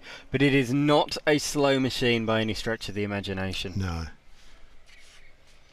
Look at that. Look at the views that you have here in the Adelaide Hills. Let's give those international and potentially, interstate and potentially, yes, even international viewers a bit of perspective. Nick, whereabouts are we in Adelaide? How far are we from the CBD? What sort of towns are around here, the local area? We are about 20 minutes from the city centre, and it's a pretty easy drive too. We're just coming off Marble Hill Road in Cherryville, where they started planting cherry trees in about 1890, and they now supply pretty much all of South Australia's cherries, and even send cherries interstate from here. So Cherryville, only a tiny little town. The governor's summer residence was on Marble Hill Road. It was called Marble Hill. It was burnt out in the 1956 Black Sunday bushfires, and not that long ago completely restored by the Michelle family and brought back to its former glory. So that's a really good move, and I think you can even have a wedding reception there now if you want. But great countryside, quite steep. We're actually up the top of the hills here, and we're not far from Cuddly Creek. If you drive up the Gorge Road past the Kangaroo Creek Dam, which is a huge logistical exercise, it's a good thing to stop and have a look at. Or back down the hill you go to a suburb like Athelston. And not far from here you're into Summertown, Uradler, Stirling, the Adelaide Hills. So there's plenty around the area, plenty to look at and see. You're never very far from a coffee shop or a wine bar. So yeah, it's a good place to come and enjoy. Yeah, absolutely. It is 100%. You can see fans up at the top of the mound there. Hasn't this turned into an absolutely glorious day? Cracking day. So, as it was last year, Dan, every day of the 3 days was beautiful, wasn't it? Certainly was. Still got a couple more cars coming through. I thought we'd pretty much finished Spirit Tour. I thought we were going to come through with the chase car, but no. Still some more to come. This the Ford Falcon out there taking to the stage Colin Zitveld and Wayne Zitveld. They were front runners, if I'm not mistaken, last year in TSD, were they not? They had a monopoly on TSD for a while. Oh, I forgot my favourite car, Nick, the JPS BMW 635 CSI that, of course, Jim Richards, not this very car, but they've made it look exactly like the one that Jim Richards drove in the, what back then was known as the Australian Touring Car Championship. How did I forget that? I don't know, but I reckon that's Tom Ferguson. Yes, it is. Okay, so Tom Ferguson, his dad Chris, used to sit alongside Andre Lukash in Chris's Datsun 240Z, and they would win or be on the podium of Classic most years. Now, Tom is a real part of the furniture at the Colin Grove Hill Climb. He's a demon driver up there, part of the Sporting Car Club's annual calendar of hill climb events. And again, beautiful countryside. But Tom today has changed 6 cylinders for a BMW 635. Here's Peter Castle going down the hill. A bit of a different looking Subaru to many. A little bit of a lip at the front of the car. The black with the green stripe. You don't see a Subaru presented like that too often. You do see a lot of these though. Toyota 86. Kieran Doherty behind the wheel alongside Poppy Sun as they head through the stages. This would be a great car. Good old manual gearbox in one of these 86s. This would be a really fun stage in this car. A car that I considered buying an 86, but in the end went the way of a hot hatch instead. Yeah, you did, and you went for a front-wheel drive turbo car instead of the more traditional layout of the BRZ or the 86. Same, different badge. But what a closely fought series that is, Dan. Oh, the 86 series. Oh, jeez.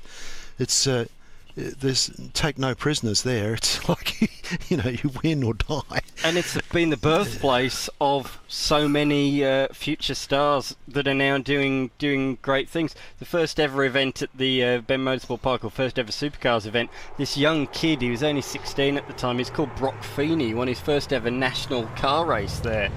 He's gone on to do a couple of things. He's a bit handy, isn't he? Yeah, he's Brock done all right. Feeney, He's done all right. He goes all right. Yeah. Will Brown was one of the, I think he might have been the inaugural champion or right up there. Cameron Hill as well was one of those young chargers that's now, of course, competing in supercars that raced in the early days. And a familiar surname to many, Gagan. Won not only the scholarship series but the main category this year. He's been signed by the Erebus Academy, so look out for the third generation Gagan. Yeah, that is the son of grandson of Pete Gagan, to take on the supercars world by storm in the next couple of years. Pete Gagan's Mustang, of course, part of Australian touring car folklore. That was a name that you just couldn't escape if you were out watching motor racing in the 60s. In the days of the Gagans, the Moffats, the Beachies, it was all part of the same story. So that's great to see. And I mentioned earlier Jaden Wanzek, who's in the V8 Super Utes, also put in some good performances in the 86 series. Yeah, absolutely. Cut his teeth there. Yeah, correct. Always a front runner. I've been lucky enough to call the Toyota 86 Scholarship Series at the Bend at Phillip Island. I've called quite a few rounds of that series in recent times, and it's such an exciting category from my side to commentate. I get so excited. Sandown as well, I've commentated them at as well, so really cool. But this is something very different to Mercedes. anything else that we've seen. What's known as a pagoda roof. What is it, a 230? 230. It's Barry behind the wheel. I'm afraid this is a bit before my time, Nick. Well, yeah, I mean, and Mercedes, with their numbers, it's always just hazard a guess. Could be a 230, could be a 280 or something like that. 280 SL by the looks of it. Yep.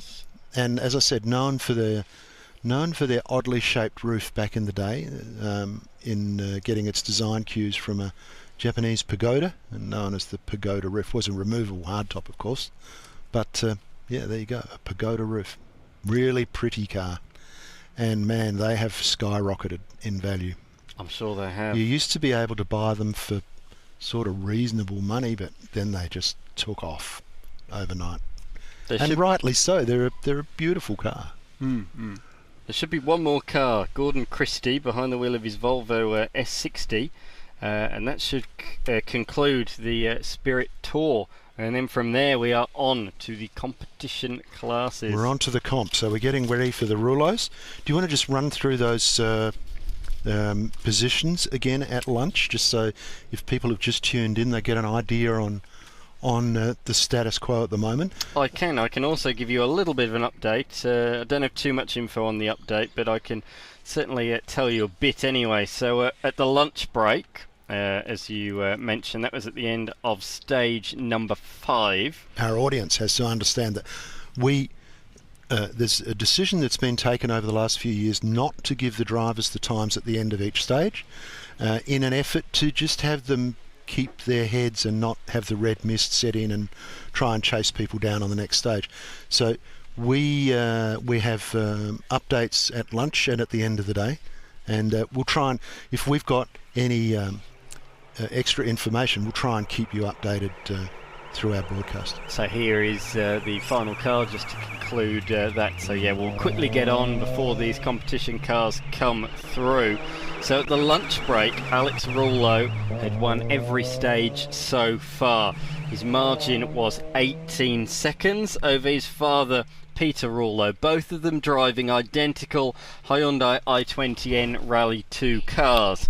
In third position, last year's joint winner, we had a tie in 2023. We'll come on to that a bit more later, but Oscar Matthews is returning this year, joint winner last year. He's just a solitary second after the first 5 stages behind Peter Rouleau. So 18 seconds back is Peter Rouleau, 19 seconds back is Oscar Matthews.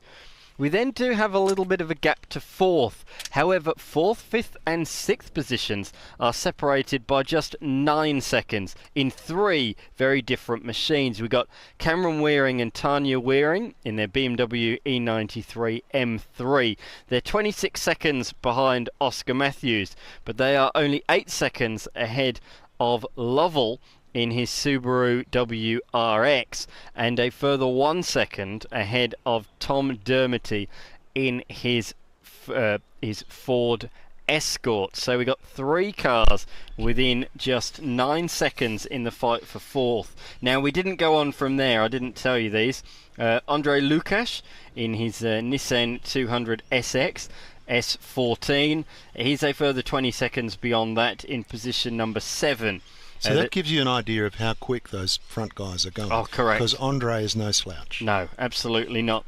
Beyond that, we've got the 2 Coulters, a further 53 seconds back from that. There's a bit of a field spread after that. So then we've got Coulter, then we've got Hedge. Beyond that, Island in his Mitsubishi, and Lowe in the Abarth Berliner Corsa. However, I do have a little bit of an update. So at that point, Alex Rouleau is leading Peter Rouleau by 18 seconds, and Oscar Matthews was in 3rd position, a further 1 second back. However, in stage number 6, the stage before this one, Rouleau again won the stage and extended his margin out to 21 seconds. However, notably, into 2nd position has gone Oscar Matthews. The local boy. Yes, Oscar Matthews has slid into 2nd position. He's gone from being 1 second behind to being 3 seconds ahead of Peter Rouleau. So he's in a Rouleau sandwich.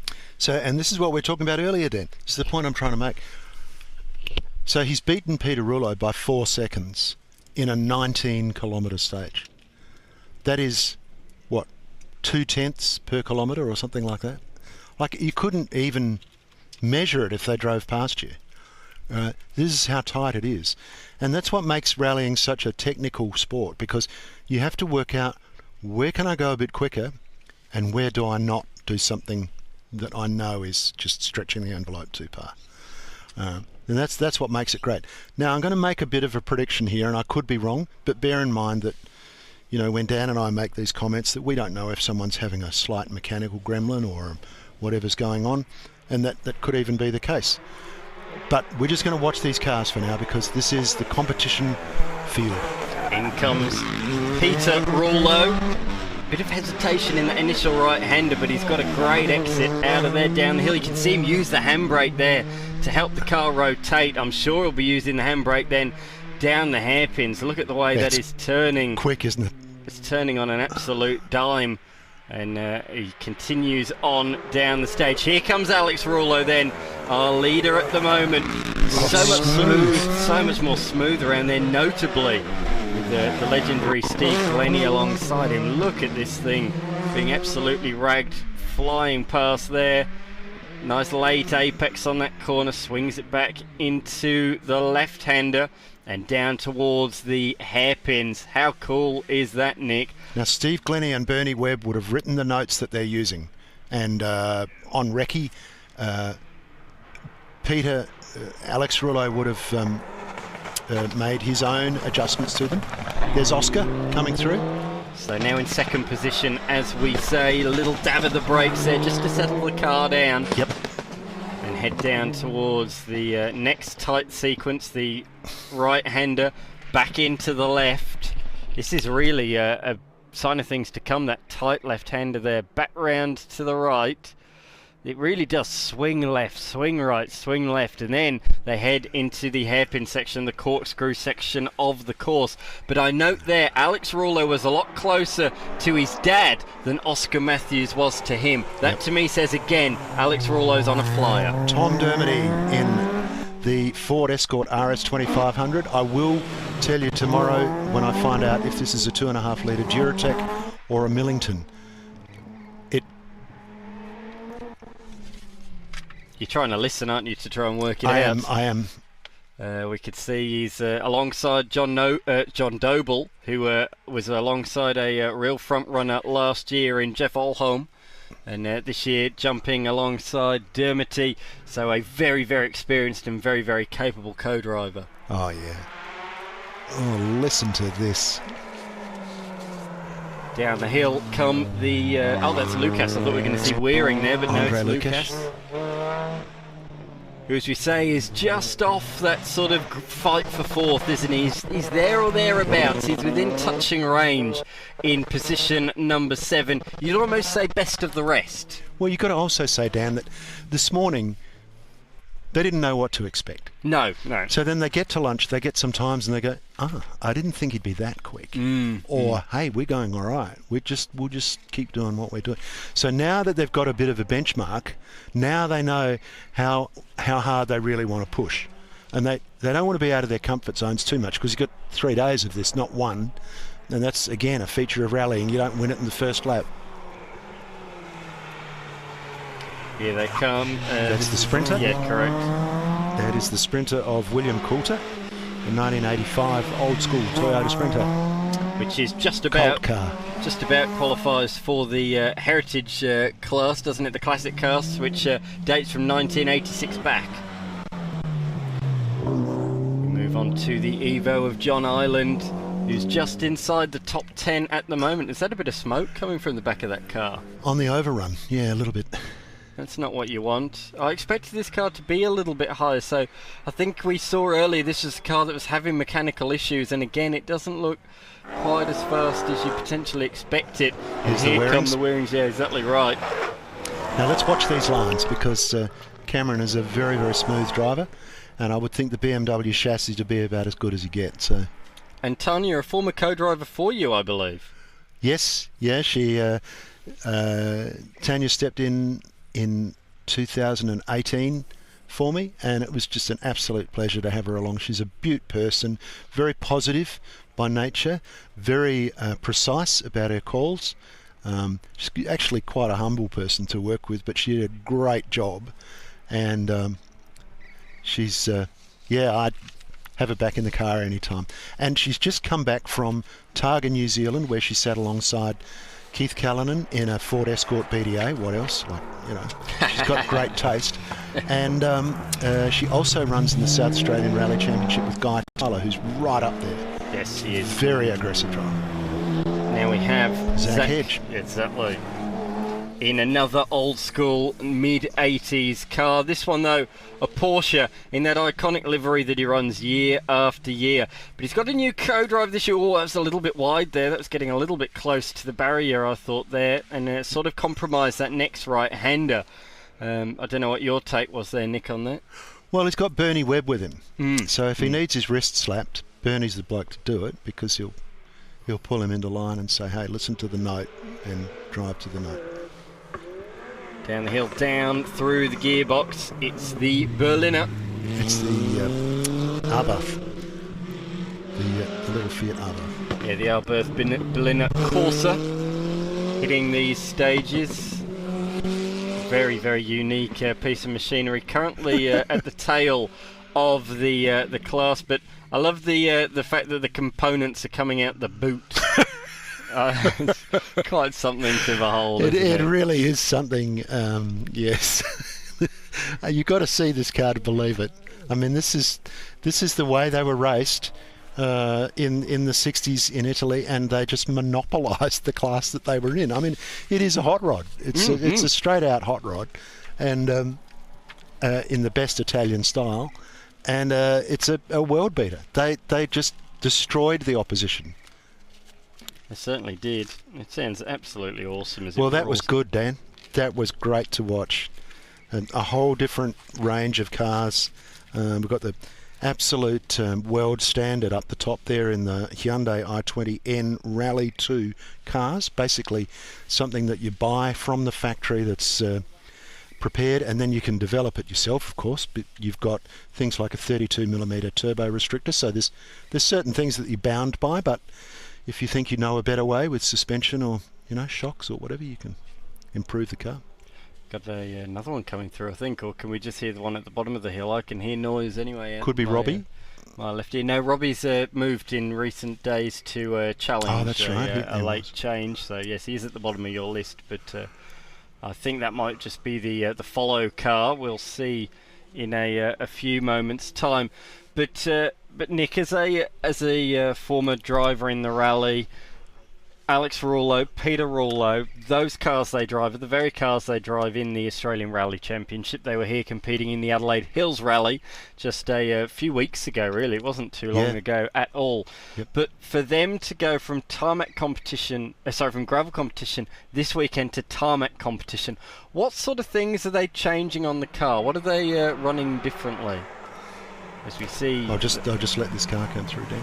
That is, it's Lovell. We did not see Lovell, so our 2022 champion. Not sure why is at the tail of the. A little bit out of order, isn't he? Very much so. But look, he might have stopped in between stages to drop the tyre pressures, or. So I mean, that's a good case in point. So when you're doing 20k flat out on the bitumen, you want to start with pretty low tyre pressures because they're going to come up a lot. They might be starting at 20 psi or 21 psi, because before the end of it they'll be at 30, and if they get much past that, then they're really not going to be effective. They'll be squirmy and you won't be getting a lot of benefit out of it. Look, a tarmac rally, yes, it's great to have grip and you're using pretty grippy tyres, but there's probably a bigger difference between tarmac on circuit and a tarmac rally than there is between gravel. People think that gravel rallying is, you're going to go over jumps, so you better make the car really, really stiff. Well, you do to a point, but you also have a lot of suspension travel. And you've got to get the what they call the bump rate and the rebound rate right in the shocks for what the car's about to do. It's no different here. But one of the things that you avoid in tarmac rally setup is going for toe out in your wheel alignment settings. Now on a racing circuit you can put a bit of toe out. On your normal road car you run a fraction of toe in. On a circuit car you run a bit of toe out, so the front wheels will actually be pointing at opposite angles to each other at the front of the car. They'll be pointing outwards of the car. When you turn into a corner at a racing circuit, it's going to be terrific. It's going to turn in like a demon. But in a tarmac rally, when you're braking over ruts and bits of eroded road and tree roots growing under the car is going to try to go in 4 different directions at once. And not only is it dangerous, but it's just exhausting to drive with the car set up like that. So you want probably neutral, but at least let's get rid of the toe out. They might run a little bit of toe in on the rear axle to get the car to turn in, but you've got to have some soak in the car. The car has to be compliant, and it has to soak up bumps. If you set the car up super stiff, it will jump from bump to bump, and it's basically undrivable, and it's downright dangerous. Because if you happen to brake at a really high speed when you're just traversing one of those little bumps in the road or a tree root or something like that, you can get air in exactly the point where you don't want it, and all of a sudden you've run out of braking distance. So it's a different setup, and hey, I'm no suspension guru. I tried to keep to a really simple setup, but rule one, it has to be compliant. Yeah. Don't set it up for a racetrack, because it just won't work. In fact, it'll scare the living daylights out of you. Just before these first challenge cars come through, I'll run you through the order of this category.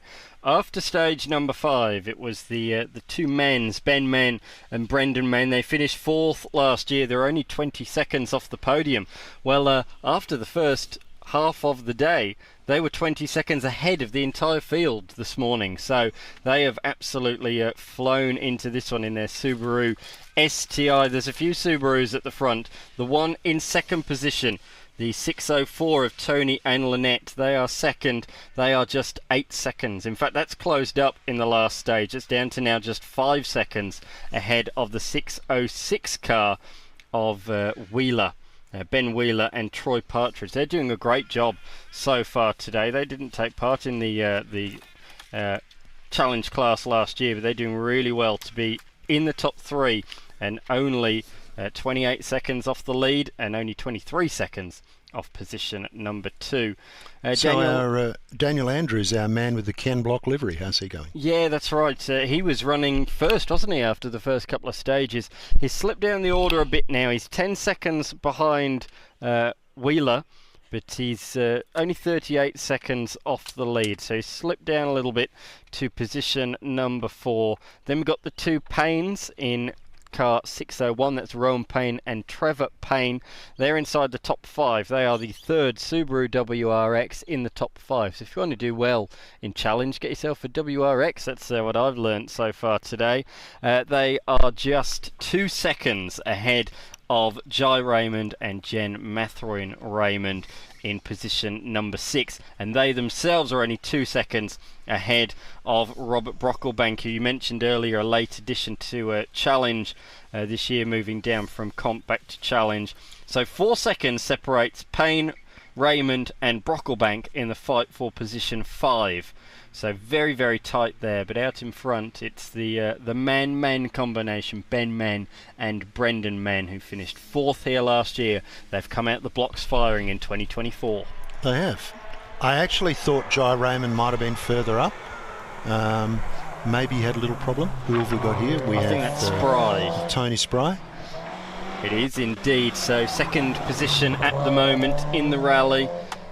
Not too far away though, 23 seconds after the last stage, so lost a couple of seconds again in stage number 6, the stage before this one, which was just having a look. I can't remember off the top of my head, Nick. What was the stage before this one? Oh, that was a bit of a lock-up, Notts Hill? It was, yes, it was. The exit of Notts Hill is almost at the start of the stage. Here is Daniel Andrews, not to be confused with a former Victorian Premier. This is a completely different Daniel Andrews out there on the stage. Yeah, he couldn't drive like that. Well, we don't know. We've never seen him, but we assume not. But great to have Daniel Andrews a part of Challenge this year. Stepped up from Spirit, and really great addition right up the pointy end, and taking all the right lines as well there for me, Nick. Yeah, it's good. We noticed that this morning, didn't we? That he was pretty sharp about his lines. So. Who is next? That sounds a bit more raspy, so it must be a WRX, and it is. This is the Payne one, Rowan and Travis. So they were right in contention last year, but unfortunately a DNF for them in the end. They're running a little bit higher than that at the moment. At the lunch break, they were inside the top 5. This is the Subaru that's leading that great battle with Jai Raymond and Brocklebank. But we look back to the Evo of Wheeler, the sole Evo in the class this year, in amongst all of those Subaru STIs, doing a good job and driving nicely out there at the moment in 3rd position. And the Boxer engine's sounding terrific as they go through here. It's just an unmistakable growl of a Subaru Boxer. Yep. Here are the leaders at the moment, Nick. What do you take from this at the moment? They're leading by a reasonable margin. What are they doing different to the others? I can't answer that question. Very little. Look, as we said before, it's you're talking about a second a kilometre, or half a second a kilometre. It's really hard to pick. It could just be horsepower, could be better brakes, could be better notes. Pretty hard to pick it from here, but they're doing something right, and but I mean, to have that bigger change for Daniel Andrews, he might have had a little whoopsie or a bit of a mechanical gremlin. There's Jai Raymond, and that's sounding good. That's sounding on the money, that car. It's loud. It's possibly the loudest car here. It's absolutely echoing through the trees. The big Rover V8. Of course, Rover had a bit of success with this car in the European Touring Car Championship back in the 80s. And it's a tribute livery to the Texaco cars. It is absolutely a tribute livery. So great to see that out there once again this year. I had a chat to Jai about the car last year. Bought it in 2007 and stripped it back, turned it into a race car. When he first got it, it had 136 horsepower. Last year it had 400, and from what you were saying, they've tinkered a bit more with the engine, so it might be making even more than that now. And it was probably hedging anyway when he took to 400. Here's an E30 coming through though. It's a very pretty car. We saw that yesterday. It's got the wide arches on it, like a competition M3. It's a really pretty little classic, that. Hard to find. Oh, certainly is, but doing very nicely. Here's one of my favourites, the Dodson Citroen C4. I'll have a look where that is at the moment in the timing. I didn't notice it. Oh, there it is. It's just the next car after Brocklebank in the timing. So that is currently in position 8 in the challenge class. And there is Brocklebank. Ah, yes. Just running through in the Toyota. It's hard to believe that is 2 seconds slower, that Brocklebank Toyota, than the Jai Raymond Rover that we just saw, but they are currently competing 2 seconds apart. Incredible. Or they were at stage 5. We've had one stage since then. Yeah.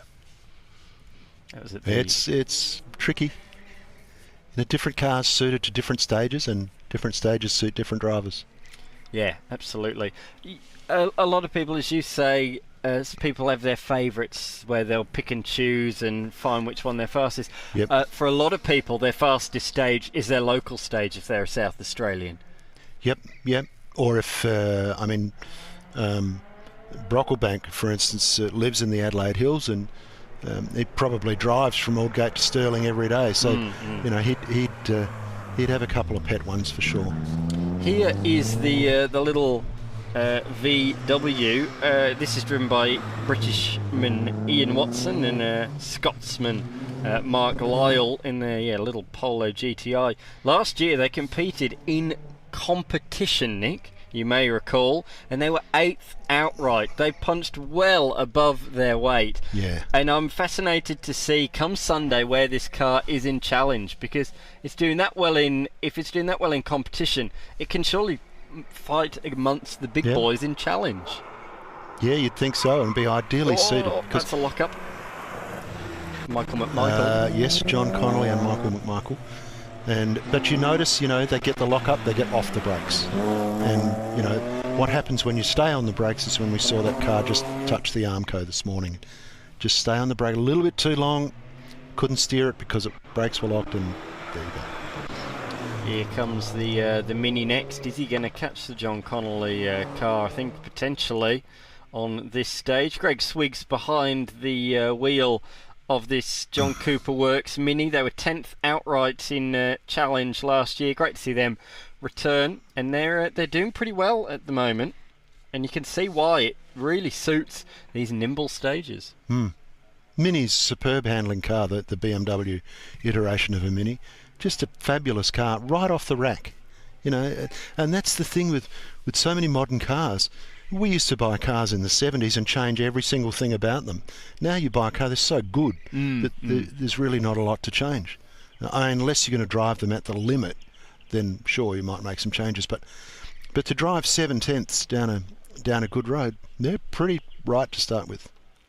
Yeah, 100%. 100% agree with you. I think that does conclude challenge, which means we have only one class remaining for the day. It's been a very entertaining day here at the 2024 Shannon's Adelaide Rally. Thank you very much for joining us. I'm sure you're enjoying these competitive cars coming through now after seeing the tours early on.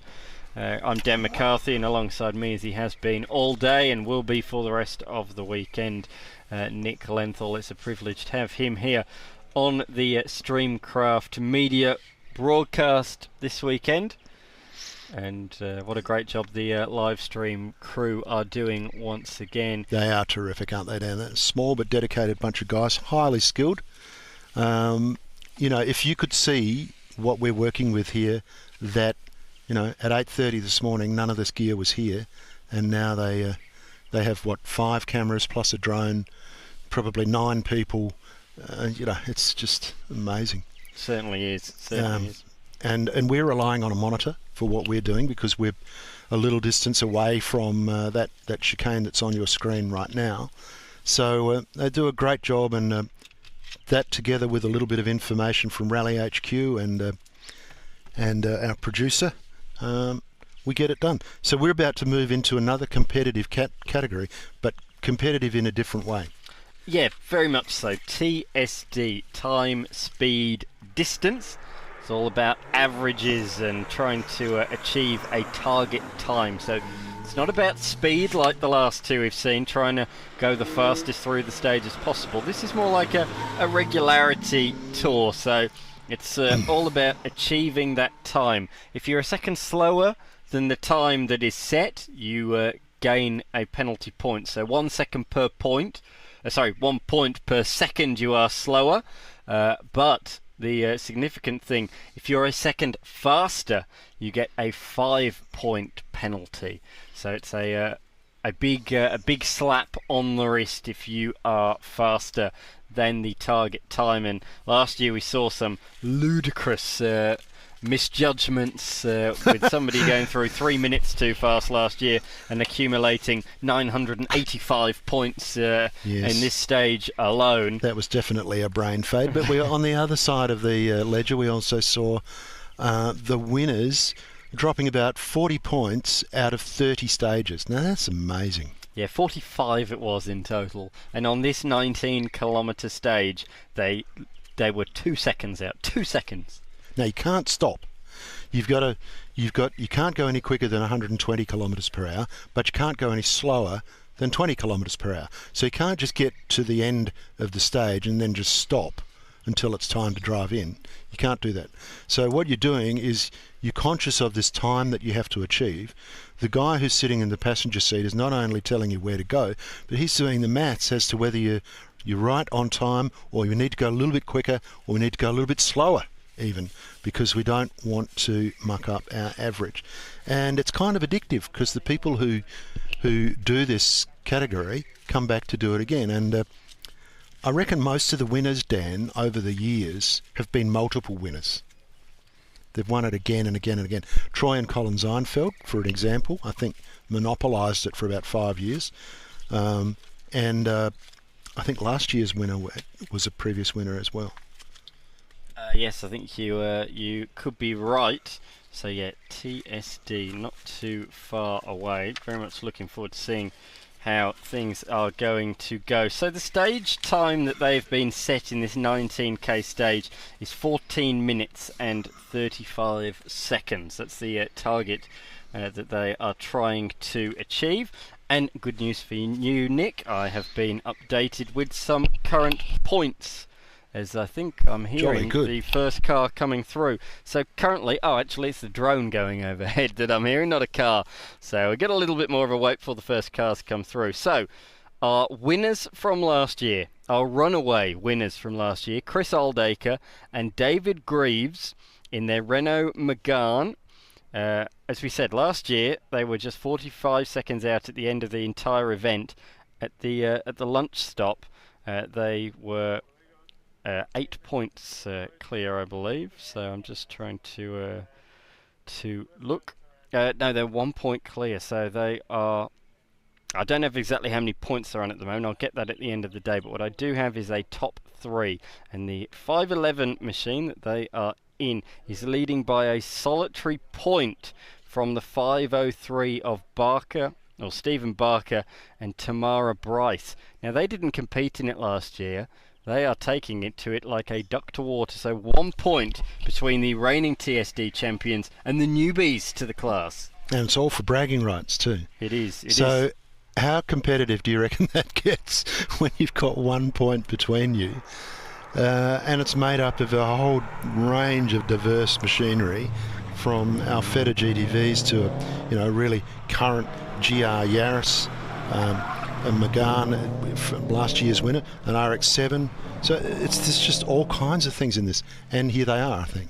Yeah, absolutely. Yeah, the first car coming through, that's the 502 of Thomas Sullivan and Stephen Fromm in their 2003 Subaru WRX. Just continuing through, I've got the top 3 in third position, a further 27 points back, Nick, so it's already looking like a tale of 2 up the front of the field. So those two separated by 1 point, a further 28 points back is the runners-up from last year, Anthony Daly and Cameron Vanden Heuvel in their Hyundai i30N. They were 44 points off at the end of the 3 days last year already. They're 28 points off at the morning on Friday. So they've had a reasonable start, but they'd certainly like to be a bit closer than that. To give you some perspective, if they arrive at the end of this stage, if the guys in the Megane, Chris Oldacre, if he was 4 seconds too quick on this stage, you'll lose 20 points. That's true. These are the guys then in second, the rookie sensations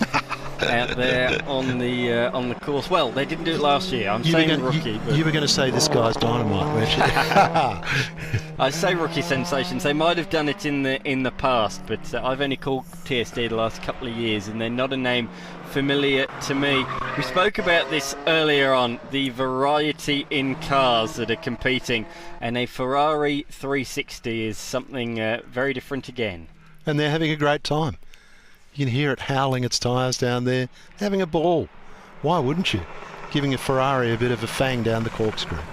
So we've got Lauro Martire and Jeremy Monkhouse. I don't know if that's any relation to Jack Monkhouse. I'm not sure if you know their Nick, but Jackson Rippon and James Rippon are next in their Colin McRae sort of factory Subaru inspired livery, heading down the hill.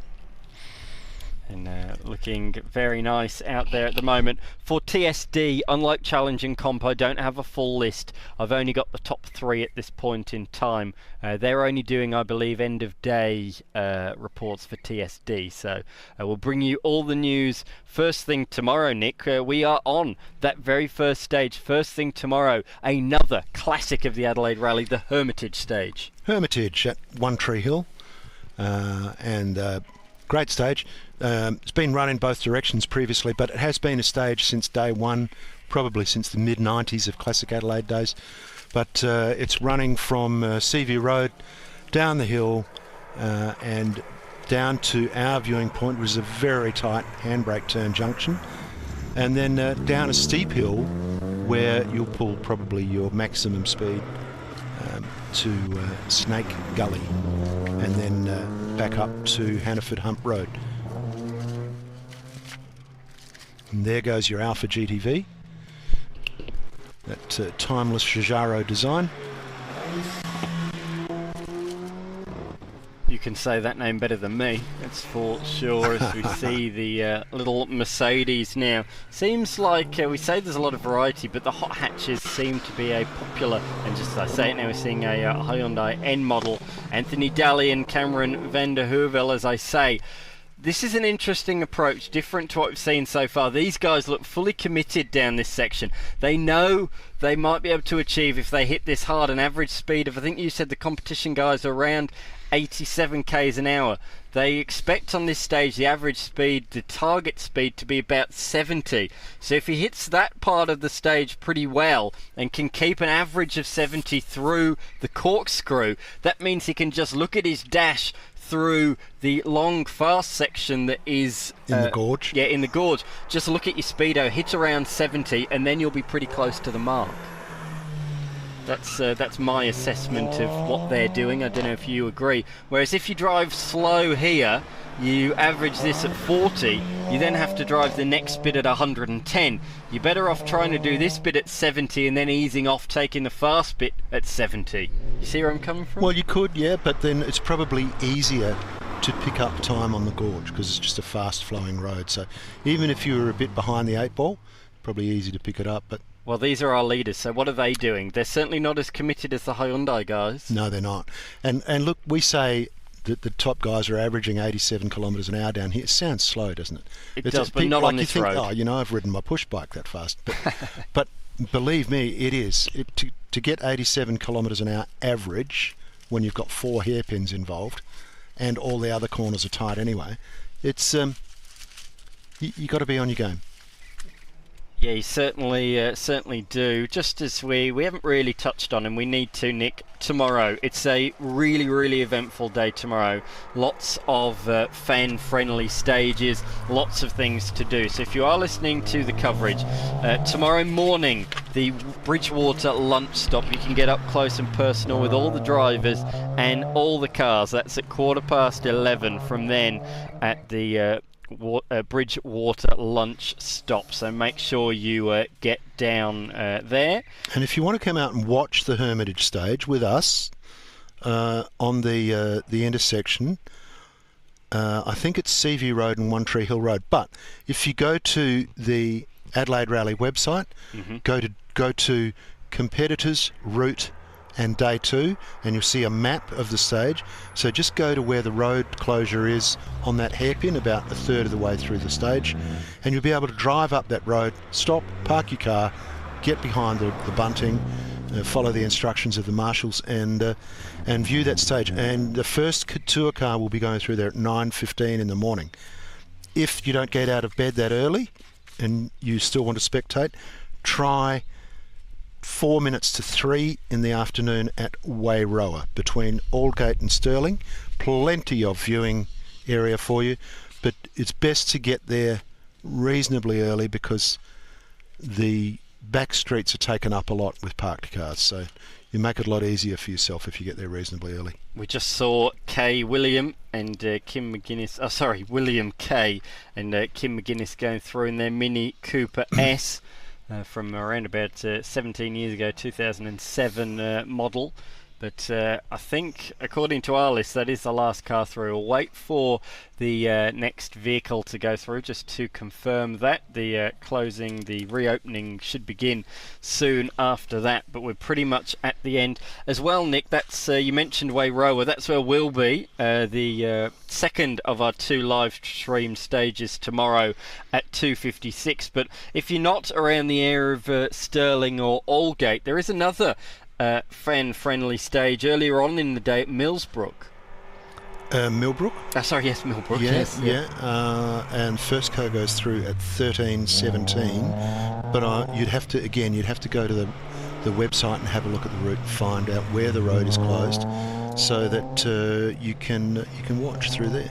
And as well, we've got 3 spectator-friendly stages. So these ones, the spectator stages, as they're called, are particularly family-friendly, some great vantage points, some great roads as well. And there's a bit of atmosphere, cafes and little activities and things to do for the young ones, as we see the tour follower going through. So that is the very last car, but there is one final stage tomorrow, another spectator-friendly stage, the iconic, the legendary Windy Point. And that's where I would be tomorrow afternoon, Dan, if I wasn't doing this.